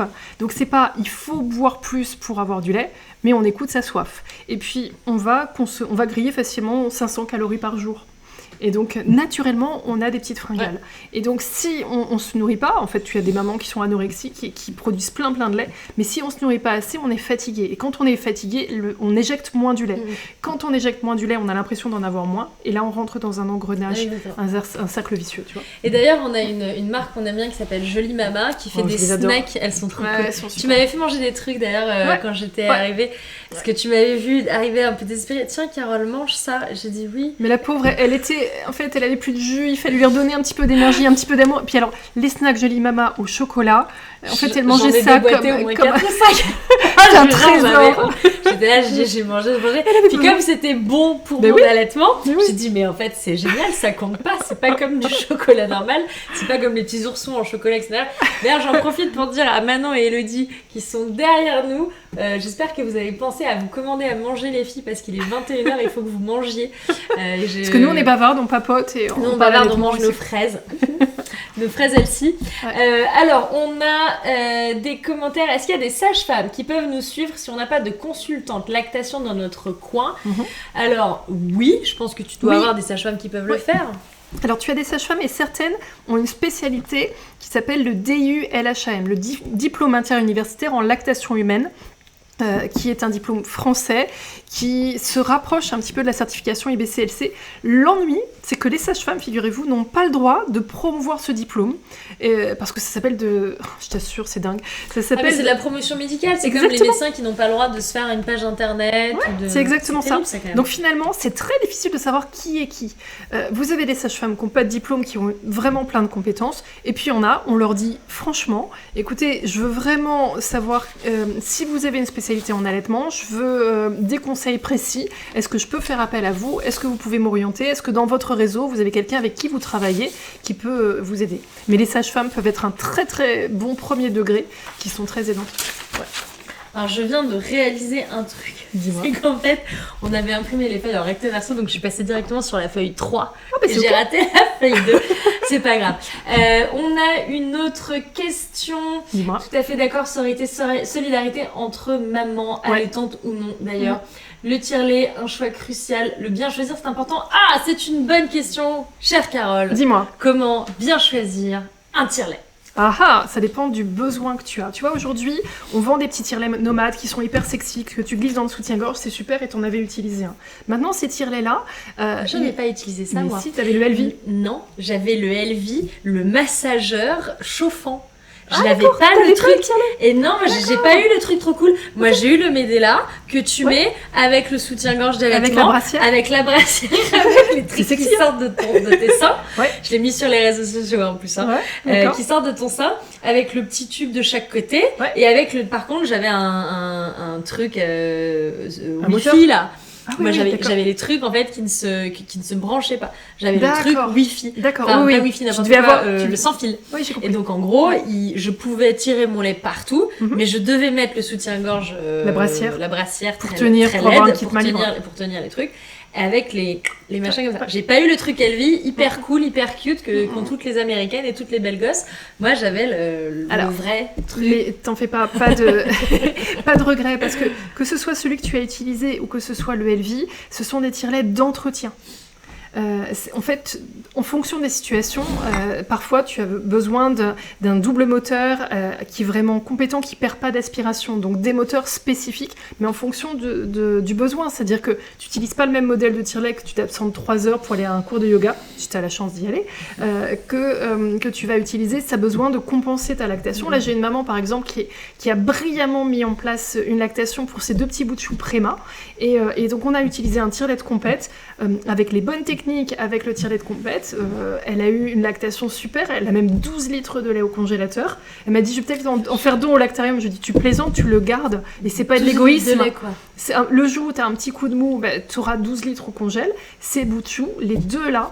Elle a des jumeaux ? Elle a des jumeaux, un petit garçon, une petite fille. La Minette, sa fille est hyper compétente. Là, je vais mettre une vidéo sur mon compte Insta parce que c'est d'une beauté absolue. Sa petite chérie, elle fait même pas 2 kilos et alors elle y va. Mais alors comme une championne, c'est fabuleux. Grâce à une super lactation qui a été installée avec un tire-lait mais vraiment de bonne qualité. Okay. Pas un tout petit compact. Ok, vrai tire-lait, le genre que tu vas chercher à la pharmacie. Le grand frère de celui que tu as utilisé, tu vois. Okay. Là, tu avais un petit tire-lait un peu rond, jaune, mais tu en as un qui est beaucoup plus grand avec un double moteur qui est plus efficace. Après, il est branché au mur et c'est casse-pied. Tu peux avoir aussi des modèles double pompage avec un moteur qui tient bien, mais qui sont plus compacts. Allez, puisqu'on a balancé des marques, autant en donner d'autres. Il y a aussi Spectra, que j'adore, parce qu'il est donné avec... il est livré avec plusieurs tailles de tétrelles, parce qu'on n'a pas toutes les mêmes mamelons, figure-toi. On a même parfois des mamelons... Alors oui, mais ça, j'ai découvert ça, que t'avais différents trucs de tétrelles. Ouais. Et ça m'avait marqué parce qu'un jour j'ai oublié mon tire-lait quand j'ai débarqué chez mes parents à Vichy, j'avais oublié mon tire-lait, il me manquait les tétrelles. Et alors ça a été un enfer de trouver des tétrelles à la bonne taille, donc on a dû les commander sur Amazon et faire livrer en express parce que sinon je pouvais plus tirer mon lait et j'avais les seins en feu et je pouvais plus nourrir mon bébé. Et puis tu vois, parfois t'as le bon moteur mais t'as pas les bonnes tétrelles et du coup le résultat est décevant ou ça fait mal et ça c'est une catastrophe. Donc c'est vraiment un sujet, ça mérite d'être accompagné. Alors ce qui est génial, c'est qu'il y a des loueurs professionnels aujourd'hui qui peuvent t'accompagner là-dessus. Donc le pharmacien en général il connaît pas trop le truc. Il y en a qui s'y connaissent, faut pas non plus les dénigrer, mais ils ont pas tous la connaissance. Et puis il y a des loueurs qui ont des grilles avec des questions pour savoir vous guider vers le bon matériel. Donc je peux pas donner un modèle de tire-lait, mais enfin il en existe pléthore. Mais les tout petits compacts, prudence, il faut vraiment que la lactation soit bien installée. Mais t'as une question qui m'a bien plu là tout à l'heure. La peur qui dit de faire patienter 3-4 heures entre chaque tété, mais c'est très difficile. Mais évidemment que c'est très difficile. Pourquoi un bébé mériterait-il dans le monde entier d'être allaité à la demande, sauf avec votre puère ? En fait, ça veut rien dire. L'allaitement à la demande ne justifie pas de chercher à espacer les choses. À partir du moment où l'enfant a un accès libre au sein, eh bien, il devient de plus en plus mature. La lactation devient bonne, le bébé devient de plus en plus mature, et de lui-même, il va espacer les tétés. Donc, faire patienter le bébé, pourquoi donc ? En fait, dans ces moments-là... parce que comme ça, après, tu peux lui faire ses nuits. Oui, bah voyons. mais tu sais, je joue l'enfant de 3 ans. Je joue l'enfant de 3 ans qui dit « Et pourquoi ?» Enfin, il n'a pas 3 ans encore, mais tu vas voir, ça va être sympa. Et pourquoi ? Et pourquoi ? Et pourquoi ? Donc vous répétez pourquoi en boucle jusqu'à ce qu'on vous donne une bonne réponse. Moi, je suis capable de vous répondre à ça parce que 3-4 heures, c'est idiot. Le nombre de tétés normal, tenez-vous bien les filles, ça se situe entre 6 par 24 heures et 18. Ouais. Et 18, ça fait partie de la norme. On est souvent aux alentours de, 10-12. Mais il faut savoir que 18... ça fait pas toutes les 4 heures. Non, mais en plus ça se passe pas. Ça se passe pas avec une tétée toutes les 2 heures. Ouais. Tu as des bébés qui en 1 heure vont prendre 3 tétées, puis après ils attendent 3-4 heures. Puis après ils recommencent, ils en font une, et puis une demi-heure plus tard une autre. C'est au petit bonheur la chance dans la journée. C'est ça l'allaitement à la demande. Mais l'allaitement à la demande, alors ça rejoint un double sujet. Le premier qui est l'allaitement s'il y a une vertu, je pense qu'il faut avoir pour l'allaitement, c'est de la patience. De la détermination peut-être? Oui, alors, les deux. Bien sûr, la détermination, la patience, mais de la patience, parce que l'allaitement, c'est un jeu aléatoire. C'est-à-dire que vous avez des bébés qui vont téter et en un quart d'heure, ce sera fait, ils seront replis d'environ 3 heures, vous serez ravis. Et vous avez des bébés qui vont téter 1 heure, toutes les 2 heures. Et donc, ça veut dire que sur 24 heures, vous avez un enfant 12 heures sur 25.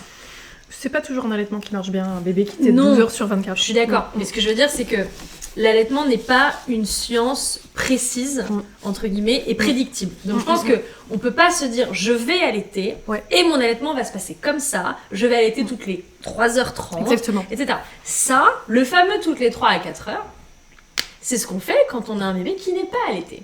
Quand vous avez un bébé qui n'est pas allaité, qui prend des quantités de lait précises, de lait infantile, à des instants T, donc typiquement, moi, mon enfant est passé en lait infantile quand il avait, je sais pas, 3 ou 4 mois. 4 mois. En octobre, donc il avait 3 mois et demi.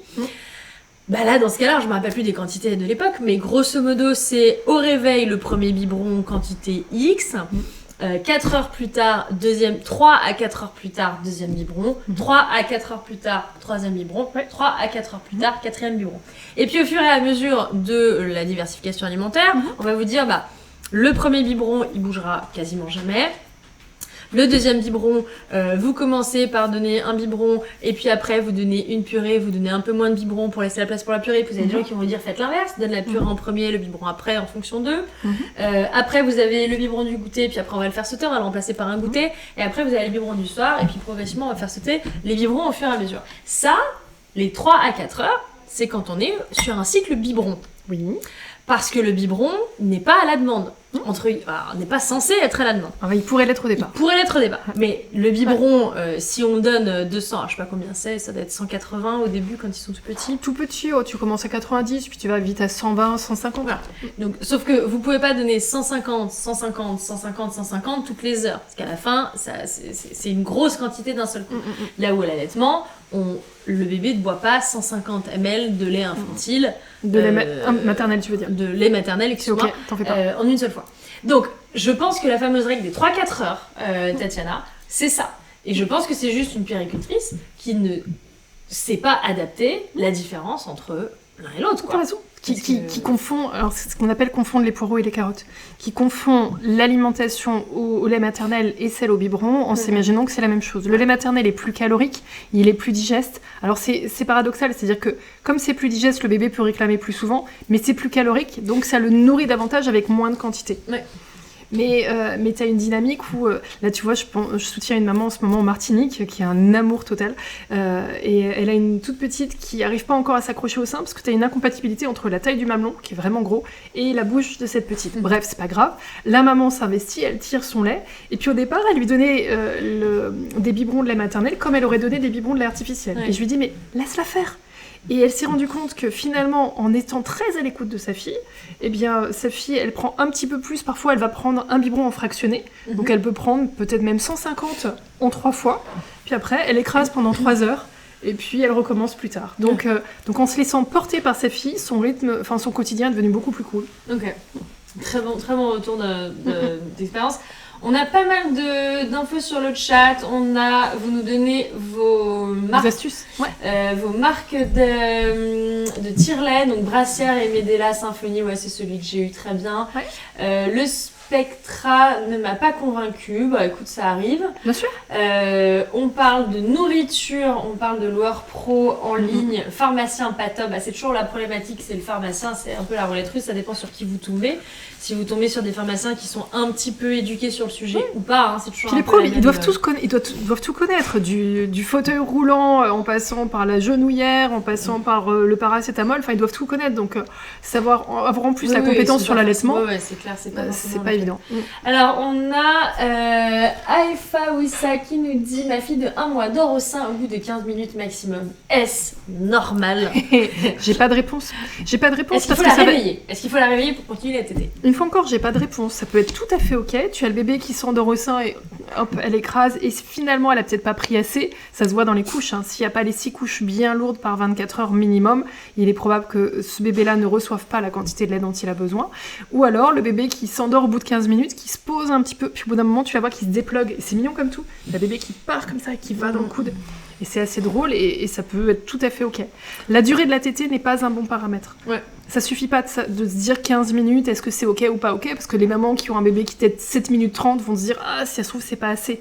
Faut vraiment regarder l'évolution de la courbe de poids, mais surtout les couches. Est-ce que les couches sont bien lourdes ? Je pense que c'est les deux facteurs, c'est l'évolution de la courbe de poids et la couche, où tu te dis il y a suffisamment dans la couche qui me montre que mon enfant a suffisamment mangé, et en même temps mon enfant prend suffisamment de poids. Donc soit l'un et l'autre sont présents, soit il en manque un, dans ce cas-là on se sert de l'autre comme un petit peu jauge, peut-être qu'il n'y a pas assez dans la couche mais la courbe de poids est bonne, peut-être que la courbe de poids n'est pas bonne mais qu'il y a assez dans la couche. En fait t'as toujours les deux, t'as toujours les deux, et une maman qui a un allaitement qui se passe bien, je lui demande comment sont les couches, et en général elle a le regard qui part sur le côté, oh, m'en parlez pas, ça déborde. Même les couches June, figure-toi. Mais c'est ok. C'est faux, les couches June ne débordent à jamais. Jamais. Non, mais parce que c'est ok. Oui, non, et donc quand les couches sont bien lourdes, ça veut dire que tout va bien.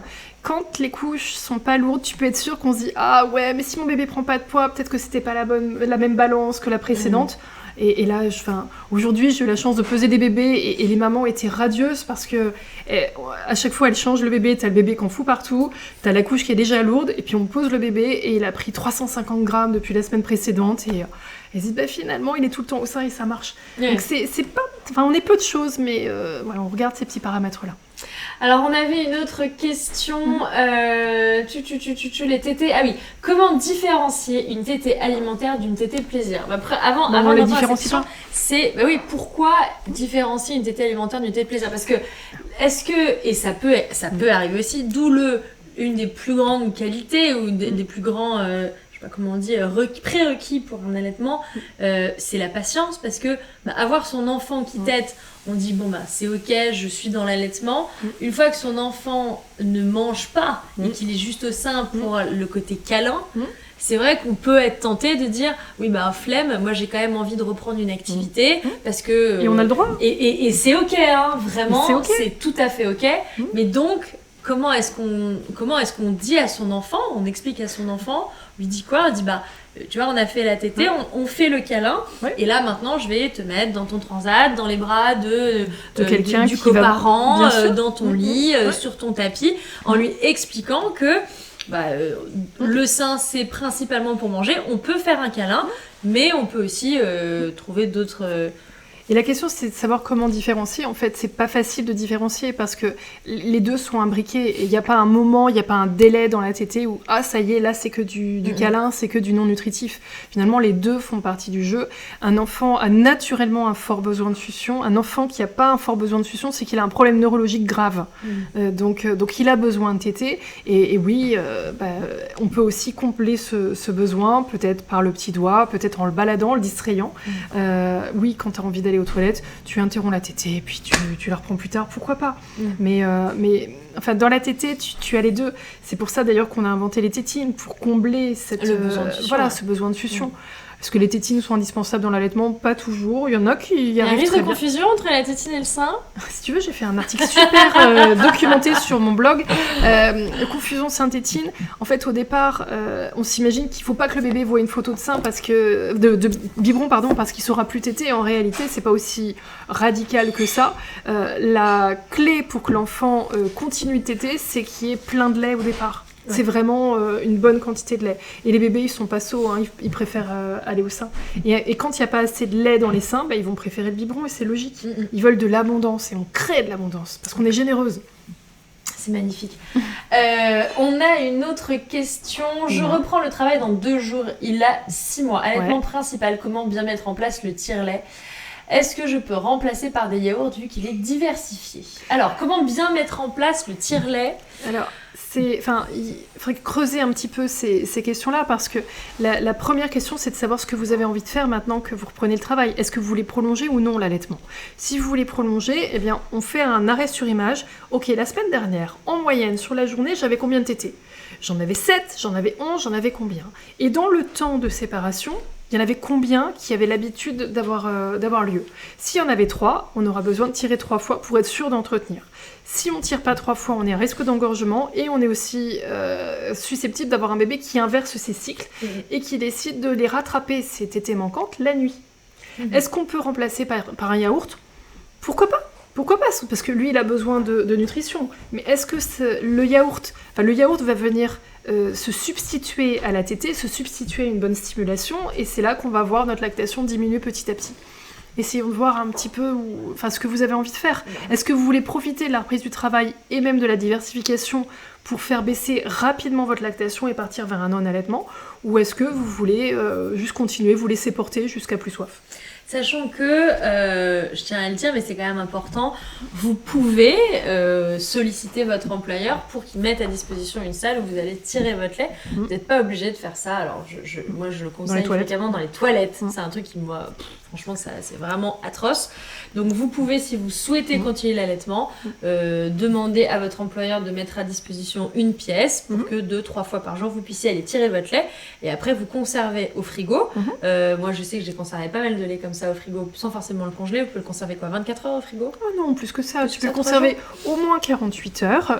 Et s'il n'a pas été consommé, on va le congeler. Mais dans un frigo vraiment au fond, on peut le garder jusqu'à 6 jours.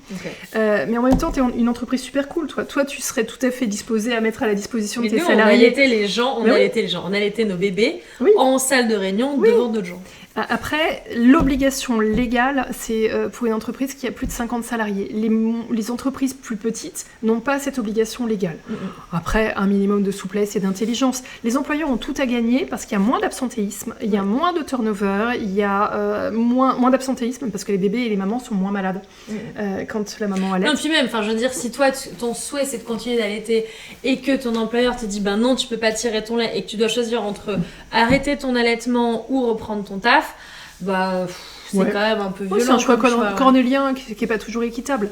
Là, il faut juste savoir qu'en France, on sait protéger les mamans qui tirent leur lait au travail, mais on ne sait pas imposer à l'employeur qu'il rémunère cette heure. Et il y a des employeurs qui, sous forme d'injustice, vont dire « Ah, vous tirez votre lait, ok, je défalque de votre feuille de paye cette heure. » Et c'est vraiment nul. Voilà. Donc ça répond à la question. Si on refuse de nous accorder cette possibilité, donc il a le droit de refuser seulement si c'est des entreprises de moins de 50 salariés. Mais il n'a pas le droit de refuser la pièce, mais pas l'heure. Mais pas l'heure. C'est-à-dire que la loi autorise à avoir 1 heure jusqu'au 1 an de l'enfant, soit pour tirer son lait sur place, soit pour partir plus tôt, soit pour amener le bébé sur le lieu de travail. Et cette heure, malheureusement, n'est pas toujours rémunérée. D'accord. Donc j'espère que ça répond à ta question. On a une question. Attends, j'ai une question. Comment bien mettre en place le tire-lait? Donc ça, c'est l'enjeu.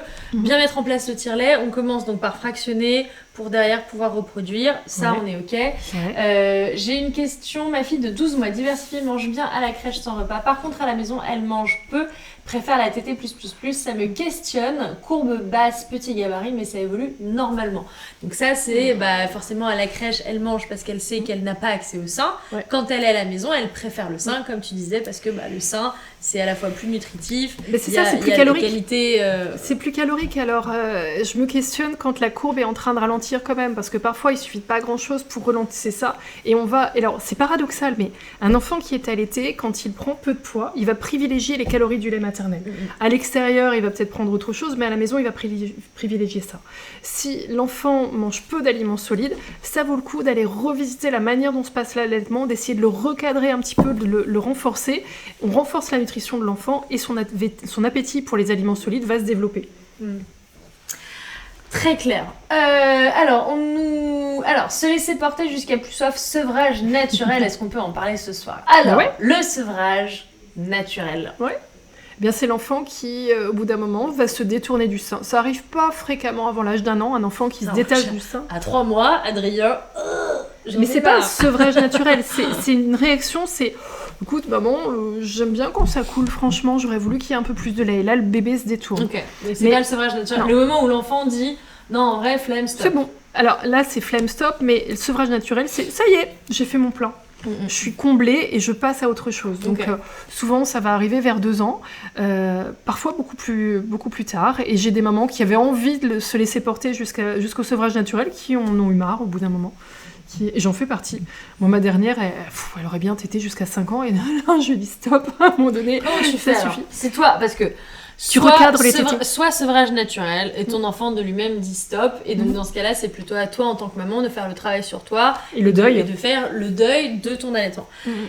Si ça n'est pas le cas et que toi, pour des tas de raisons, tu reprends le boulot, t'en as juste marre, t'as peut-être envie de faire autre chose, peut-être que ça commence à te faire mal, peut-être que ça commence à avoir un impact sur ta vie perso avec ton copain, plein de raisons, quelle que soit la raison. Tu dis, j'en ai marre, je vais arrêter.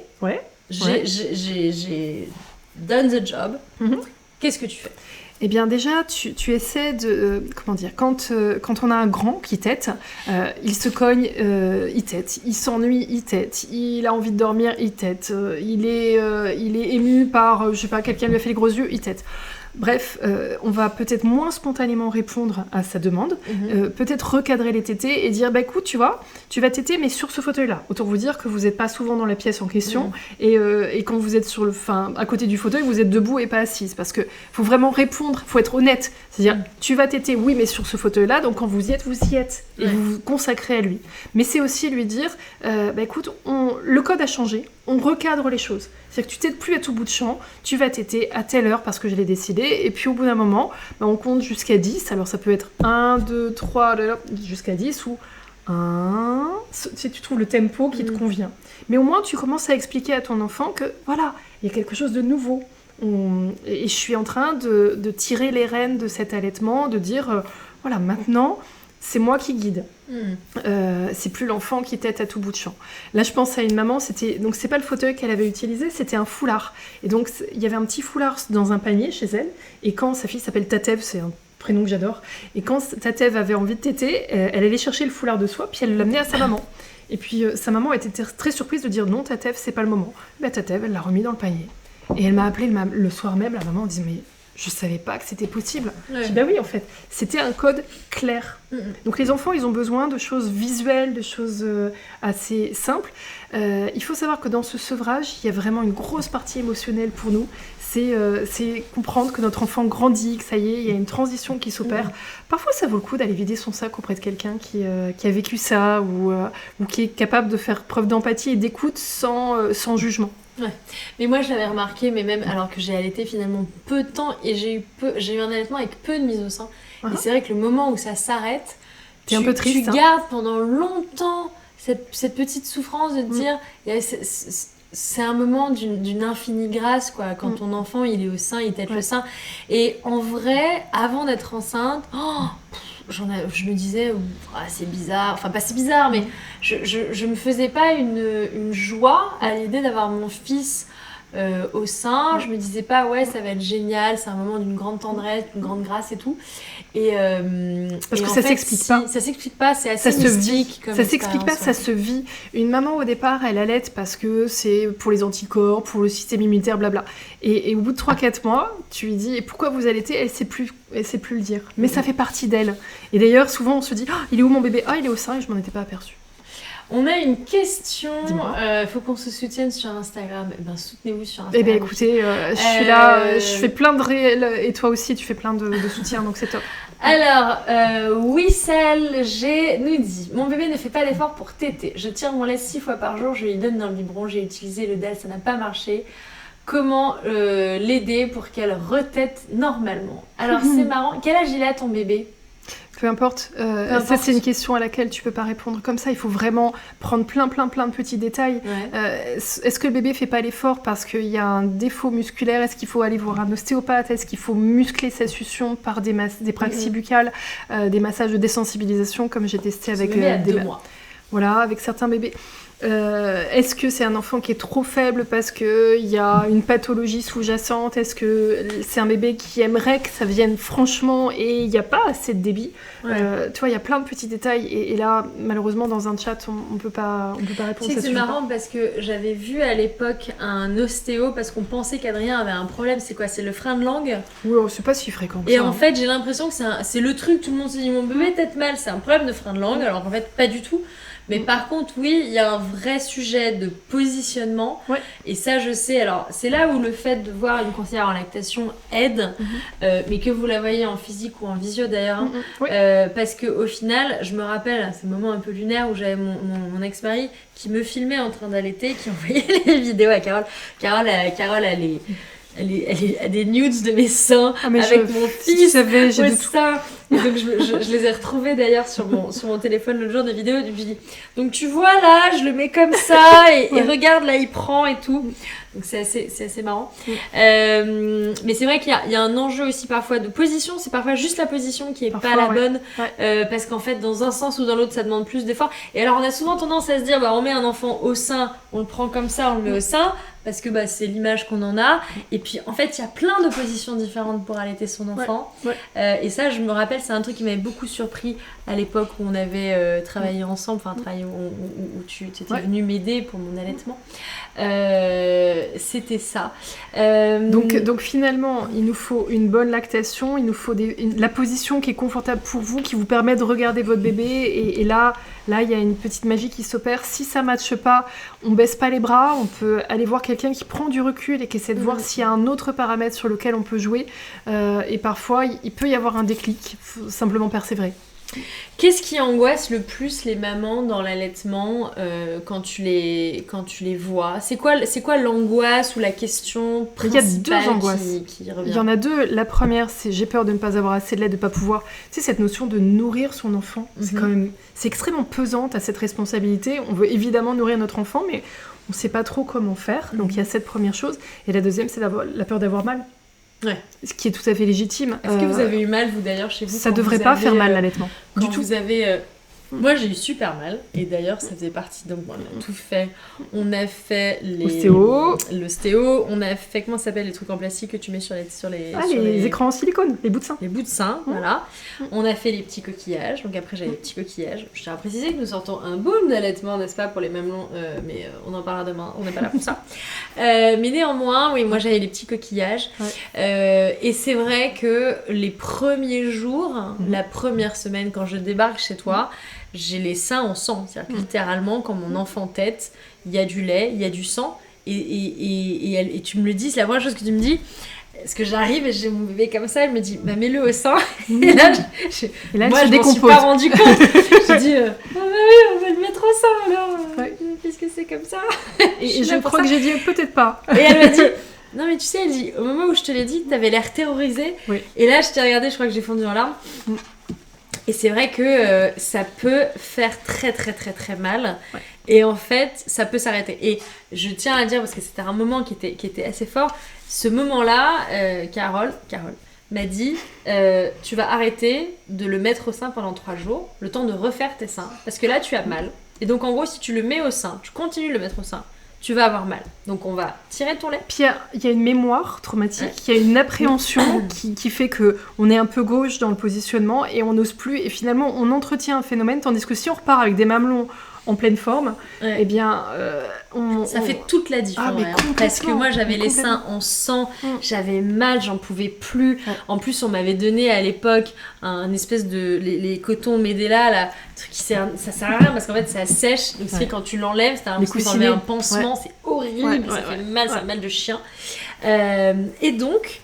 c'est vrai que ces 3 jours où je n'ai pas mis mon enfant au sein, j'ai tiré mon lait, mais j'ai pas mis mon enfant au sein, ça m'a fait un bien de ouf. Et paradoxalement, toi, conseillère en lactation, tu m'as dit, tu sais quoi, arrête d'allaiter, allaite différemment, tire ton lait et allaite différemment, et arrête la mise au sein parce que là, juste t'as mal. Et donc, c'est vrai, on ne peut pas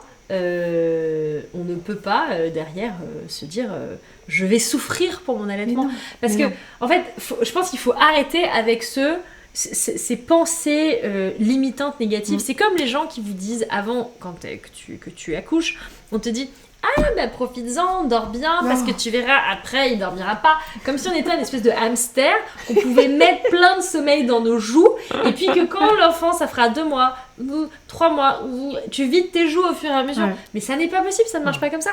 Et donc faut pas se dire de toute façon je dois souffrir, je vais avoir un allaitement qui va être douloureux et pénible et ça va me faire très mal au sein. Je vais enfanter dans la douleur parce qu'on a dit que de toute façon il fallait enfanter dans la douleur, etc. Ça marche pas comme ça. Donc clairement, il faut pas se dire c'est normal que ça fasse mal. Exactement. Ça n'est pas le cas. Exactement. Et c'est vraiment un message qu'il faut vraiment souligner et afficher, tu sais, en 4x3. La douleur, c'est un symptôme. Avoir mal en allaitement, c'est pas normal. Voilà.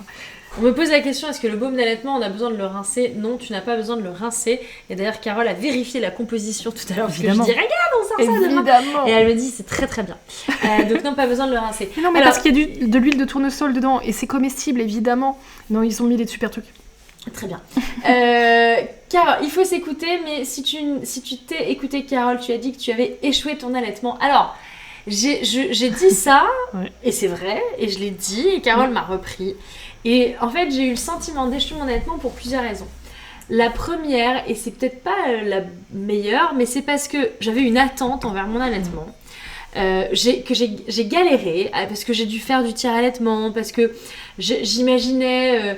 tu vois, faire partie de la tribu de ces meufs trop cool, tu vois, qui avaient... un enfant d'un an qui... Moi, on m'a offert plein de tagines bananes, j'en ai quasiment jamais porté parce que j'ai pas allaité assez longtemps, j'étais en été, donc forcément en été c'était assez facile. J'étais tout le temps, j'étais ici chez moi, donc je pouvais être à poil, je pouvais allaiter sein à l'air et tout, donc c'était... Et je me sentais un peu nulle parce que j'avais le sentiment de pas appartenir à la tribu des meufs qui allaitaient. Ça, c'était un de mes premiers échecs, je me disais mince. Deuxième raison du sentiment d'échec, c'est que j'avais mis en place tout un truc avec Adrien qui venait au bureau avec moi, etc. pour pouvoir allaiter. Et je me disais, mais c'est un peu nul parce que tu as cette chance de pouvoir emmener ton enfant avec toi, continuer ton allaitement malgré la reprise de travail. Et pourtant... malheureusement tu arrêtes ton allaitement avant. Donc j'avais un sentiment d'échec de me dire t'as fait un peu chier tout le monde avec le fait de refaire une nurserie au bureau, à faire venir la nounou pour que machin, et en fait à la fin tu échoues sur ça. Et donc ça c'est, je pense, mon sentiment d'échec. Et c'est vrai aussi que c'est lié à une forme de culpabilité dont je vous ai parlé tout à l'heure, qui est, quand j'ai repris le travail, moi j'ai pas mal de copines et ma sœur avait eu la même expérience. En fait l'allaitement leur avait fait perdre beaucoup de leur poids de grossesse. Et moi, vous le savez peut-être, ou si vous le savez pas, je vais vous le dire, je n'ai pas regardé mon poids pendant la grossesse. Moi, j'ai eu des troubles alimentaires pendant très longtemps, supposé, comme dirait ma soeur, qu'il soit fini, mais néanmoins, je ne pouvais pas regarder mon poids grossir sur la balance, c'était pas possible. Et donc, qu'est-ce que j'ai fait ? J'ai dit à ma sage-femme, je ne veux jamais me peser, ou alors si tu me pèses, je ne veux jamais savoir le poids. Donc, je n'ai jamais su combien de kilos j'ai pris pendant ma grossesse, même aujourd'hui, je ne le sais pas. Je me suis pesée une fois que j'ai accouché quand je suis rentrée chez moi, donc là, j'ai vu quel poids, entre guillemets, il me restait à perdre pour retrouver, dixit, mon poids d'avant. Et comme j'ai allaité tout l'été, je me suis dit, je vais forcément avoir perdu du poids, retrouver une silhouette. C'était pas une histoire d'être mince pour être mince, c'était une silhouette dans laquelle je me sentais à l'aise. Parce que, de par mon métier, je fais quand même beaucoup de représentations publiques et j'ai besoin d'être à l'aise, quoi. J'ai besoin, si je vais faire une télé, de me sentir à l'aise. Ça fait partie de ce qui fait que je me sens en confiance. C'est à la fois mes compétences et puis à la fois le fait que je suis à l'aise dans mon corps.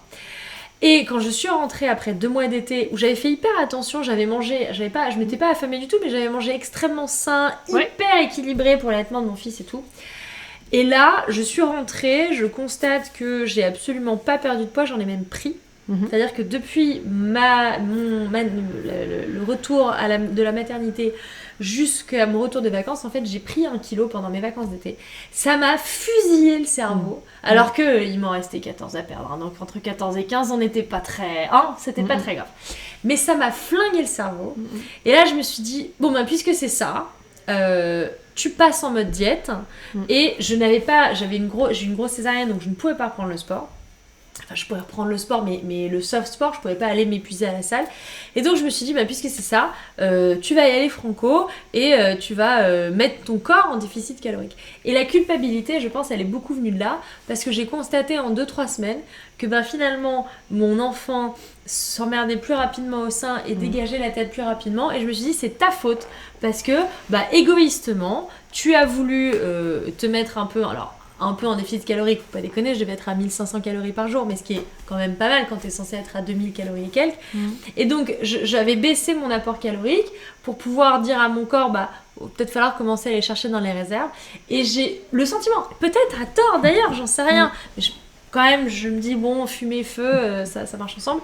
Et c'est pour ça que j'ai un sentiment d'échec et de culpabilité par rapport à ça. Si je me permets, en fait, il faudrait qu'on soit à côté de la situation et avoir le recul nécessaire pour comprendre ce qui se passe. Si ça se trouve, ce que tu as vécu avec un bébé qui se détache du sein, qui arrive souvent dans un allaitement un peu fluctuant aux alentours de 3-4 mois, si ça se trouve, ce serait arrivé malgré tout. Ouais. Que tu aies fait ce régime drastique ou pas. C'est pas drastique en plus, hein, vraiment. Alors, c'était juste un rééquilibrage. Un rééquilibrage un peu fort. Ouais. Mais parce que j'ai quand même mis je sais pas, peut-être 1 an à retrouver mon poids pré-grossesse, donc j'ai pas perdu 15 kilos en 3 semaines, mais il fallait, je me suis dit il faut commencer par faire quelque chose parce que sinon je le vivais pas très bien. Et c'est difficile de savoir si c'est ça qui a fait baisser la lactation ou si ce serait arrivé de toute façon. Toujours est-il que derrière tu as senti un échec et c'est ça qui est vraiment dommage, parce que moi j'ai plutôt envie de dire t'as quand même allaité 3 mois et demi. Toi, tu vas dire, j'ai allaité que 3 mois et demi. Et moi, je vais dire, tu as déjà allaité 3 mois et demi. Avec une césarienne pas cool, avec un démarrage pas du tout évident. Alors, elle est mignonne, elle dit, j'ai repris le travail à 3 mois et des poussières, vous parlez. Elle a jamais arrêté, en fait. J'ai repris le travail à 7 mois après... 7 semaines après l'accouchement. Mais non, tu étais déjà sur ton téléphone à échanger avec tes collaborateurs. T'avais pas franchement repris le travail. J'ai repris au bureau 7 semaines après. Voilà, et mine de rien, ça, c'est pas donné à tout le monde. Donc t'es une warrior et moi j'ai plutôt envie de regarder ce qui est positif là-dedans. Tout ce que t'as réussi à surmonter.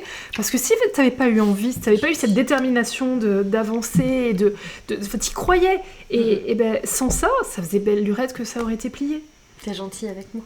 Mais c'est... On va nous faire la séquence émotion. Non mais franchement, ça va. D'ailleurs, j'ai une question. Tu m'as mis des rouges à lèvres. J'ai une question qui sort de ce que tu disais, mais tu dis, moi j'ai eu un accouchement, j'ai une césarienne relou, etc. Alors mettez-nous d'ailleurs l'accouchement que vous avez eu. Vous avez un accouchement de rêve, un accouchement de merde, un accouchement compliqué, un accouchement horrible, un accouchement merveilleux. Mettez-nous en commentaire votre accouchement. Quand tu vis un accouchement compliqué, épisio, césarienne ou traumatique, quel que soit, parce que les médecin relou, truc relou, est-ce que ça a un impact négatif sur l'allaitement et si oui, pourquoi? Tu as une réponse de Normand? Ça dépend parce que tu as des mamans, j'ai eu des... Là, récemment, j'ai eu une histoire qui m'a glacée, ça m'a empêchée de dormir. T'imagines, la maman, elle arrive pour accoucher, et puis la voix basse passe pas, et donc on envisage une césarienne, et au moment de la césarienne, le médecin dit c'est pas possible. Elle a mené une grossesse extra-utérine à terme. Non. Le truc complètement improbable. Donc, accouchement de dingue, transféré par hélicoptère d'une maternité à une autre parce qu'elle était à Limoges. Et attends, mais ils se sont pas rendus compte. Ils s'en sont pas rendus compte, les mecs. Ouais, c'est un truc de malade. C'était hallucinant. C'est une survivante et son bébé aussi. Et l'allaitement, ça a matché, mais...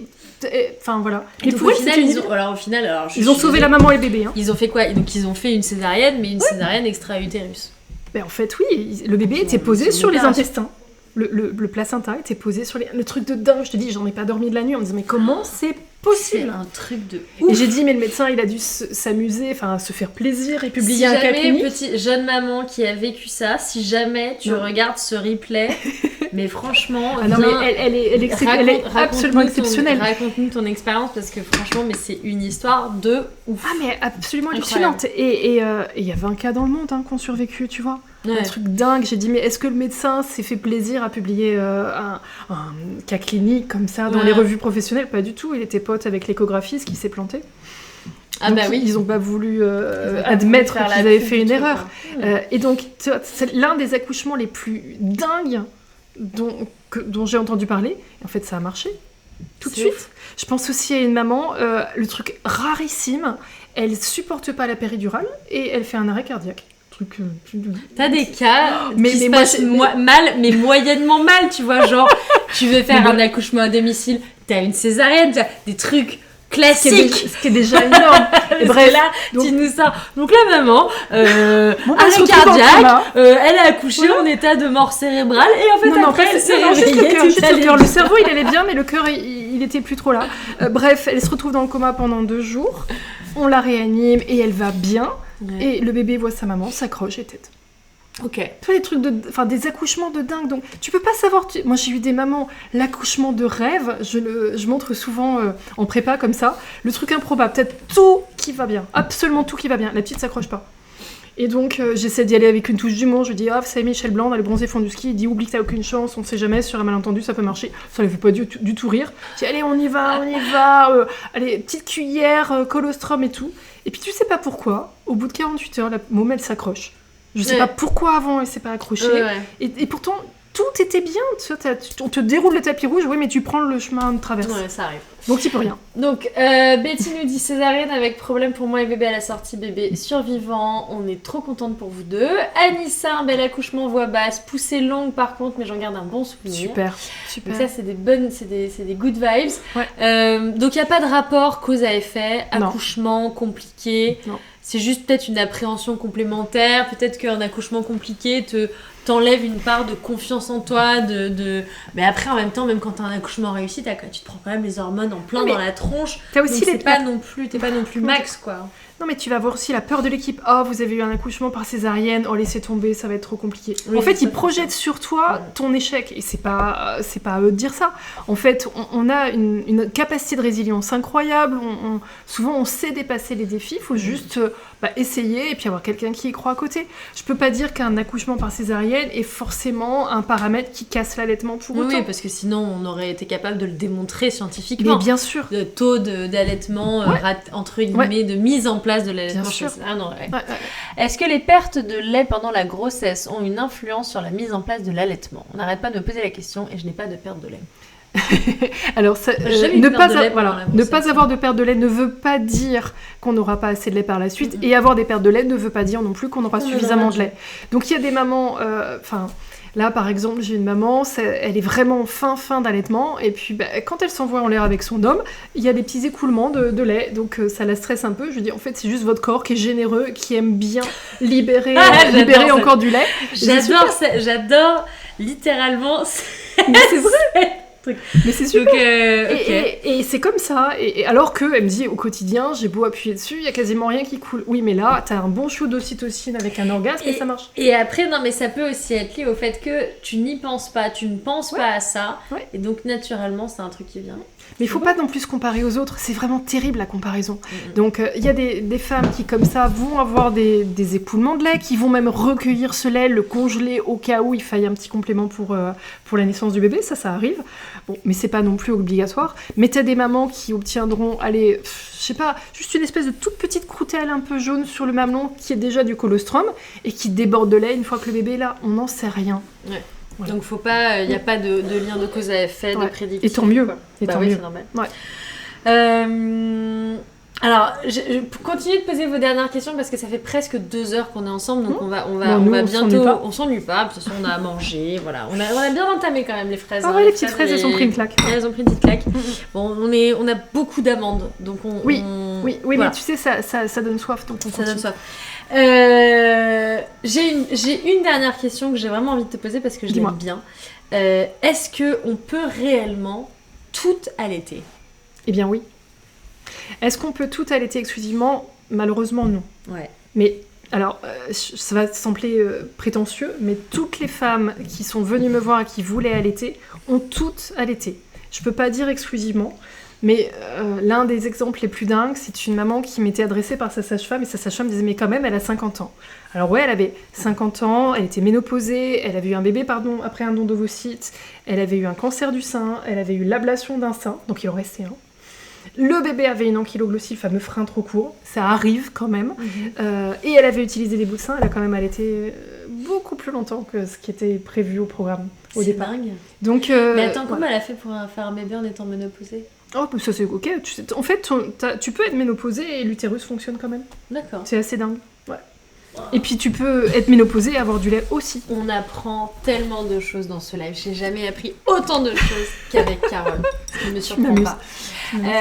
Tété de nuit à 21 mois, c'est ok, bien sûr, c'est ok. Ah oui, c'est complètement ok. C'est alors, on peut. C'est ok si c'est ok pour toi. C'est ça. On peut envisager d'arrêter les tétés de nuit, mais à partir du moment où c'est ok, où c'est une manière de rendormir votre bébé et que ça vous plaît, on y va. Voilà. Au bout d'un moment, ça va vous saouler, mais 21 mois, il n'y a rien d'embêtant là-dessus. Ok. Du tout. Carole, Dis-moi. j'ai envie de te dire, on approche de la fin. Avant que vous partiez, likez cette page, suivez notre page Twitch. On va vous partager le replay de ce live. Il sera dispo pendant 14 jours sur la plateforme Twitch. Il sera aussi disponible pendant toute la vie sur la plateforme dite YouTube, n'est-ce pas? Parce qu'on la connaît et qu'on l'aime bien. On va mettre aussi des extraits trop sympas sur Instagram, comme ça vous pourrez les regarder. Vous pourrez regarder ça sur la page de Carole. On va évidemment vous partager la page de Carole. Vous pourrez aller sur sa page, retrouver ses livres, tous ses conseils, son programme d'accompagnement à l'allaitement. Rappelle-moi le nom de ce programme. L'essentiel de l'allaitement. Exactement, programme merveilleux qui moi-même m'a accompagné. M'a accompagné, c'est mieux. Enfin, voilà, pas grave. Je te dirais le mot de la fin. C'est quoi ton mot magique pour kiffer ton allaitement? J'en sais rien, il y en a tellement. Allez, on va dire amour. Amour. C'est beau. Bah ouais, parce que, enfin, voilà, on peut le développer longtemps. Notre prochaine invitée, ce sera Amy, que vous connaissez sous le pseudo de Amy LTR. C'est l'autrice de ce magnifique bouquin qui est normalement derrière par là, puisqu'ils sont classés. Alors maintenant, je les ai classés par couleur. C'est mignon comme tout. C'est trop très beau. très harmonieux. Et alors le livre d'Amy qui s'appelle Daron, il est censé être là dans la bonne couleur, mais je sais plus la couleur. Je crois qu'il doit être rose. Il est là. Voilà. Il est ici. Voilà, super. On accueillera Amy, l'autrice de ce très beau livre qui s'appelle Daron. C'est une maman multicasquette, elle est comédienne, elle est YouTube. Je le remets, hop là. Elle est comédienne, elle est youtubeuse, elle est vidéaste, elle est influenceuse. Wow. Elle a 1,5 million de followers sur Instagram. Au-delà de tout ça, c'est une meuf trop cool. C'est une meuf trop cool, elle a un livre super et que j'ai pris beaucoup de plaisir à lire parce qu'elle parle justement, elle déconstruit beaucoup la maternité, elle aborde des sujets comme la fausse couche par exemple et la grossesse sans aucune langue de bois, et donc c'est pour ça que j'aime beaucoup cette meuf. Elle est très fraîche, elle avait une parole hyper libérée, ce sera l'occasion de pouvoir parler de manière très libérée. Je pense qu'on va se faire un petit... j'aime bien ce format où on discute beaucoup avec vous, il y a beaucoup de questions, des échanges, et même si ni Amy ni moi ne sommes spécialistes, je pense que ça nous fera plaisir de pouvoir partager ça avec vous. Donc on retrouve Amy, je crois que c'est dans 2 semaines, puisque là on a le pont de l'Ascension. Tu prends des vacances pour le pont de l'Ascension? Des quoi? Des vacances? Moi-même, je n'en prends pas, mais les autres peuvent en prendre. J'ai ouvert le cabinet jeudi. Donc, le pont de l'Ascension pour celles qui ont la chance, celles et ceux qui ont la chance de le faire, on est ravis. On vous retrouve pour celles qui seront présentes demain, et je sais que Betty sera présente demain à Paris. On a un petit déjeuner spécial pour l'allaitement et la lactation. Je me permets de faire l'instant promo sur ce petit baume d'allaitement, voilà, qui sort demain. Le baume d'allaitement de June Mama, et derrière le complément lactation June Mama. Alors le complément de lactation, Carole vous dirait, elle a regardé la compo, elle dit qu'il est vachement bien. Elle vous dit, le complément lactation, c'est bien quand on a une lactation qui est déjà un peu installée et qui manque un peu de peps. Ça redonne du peps.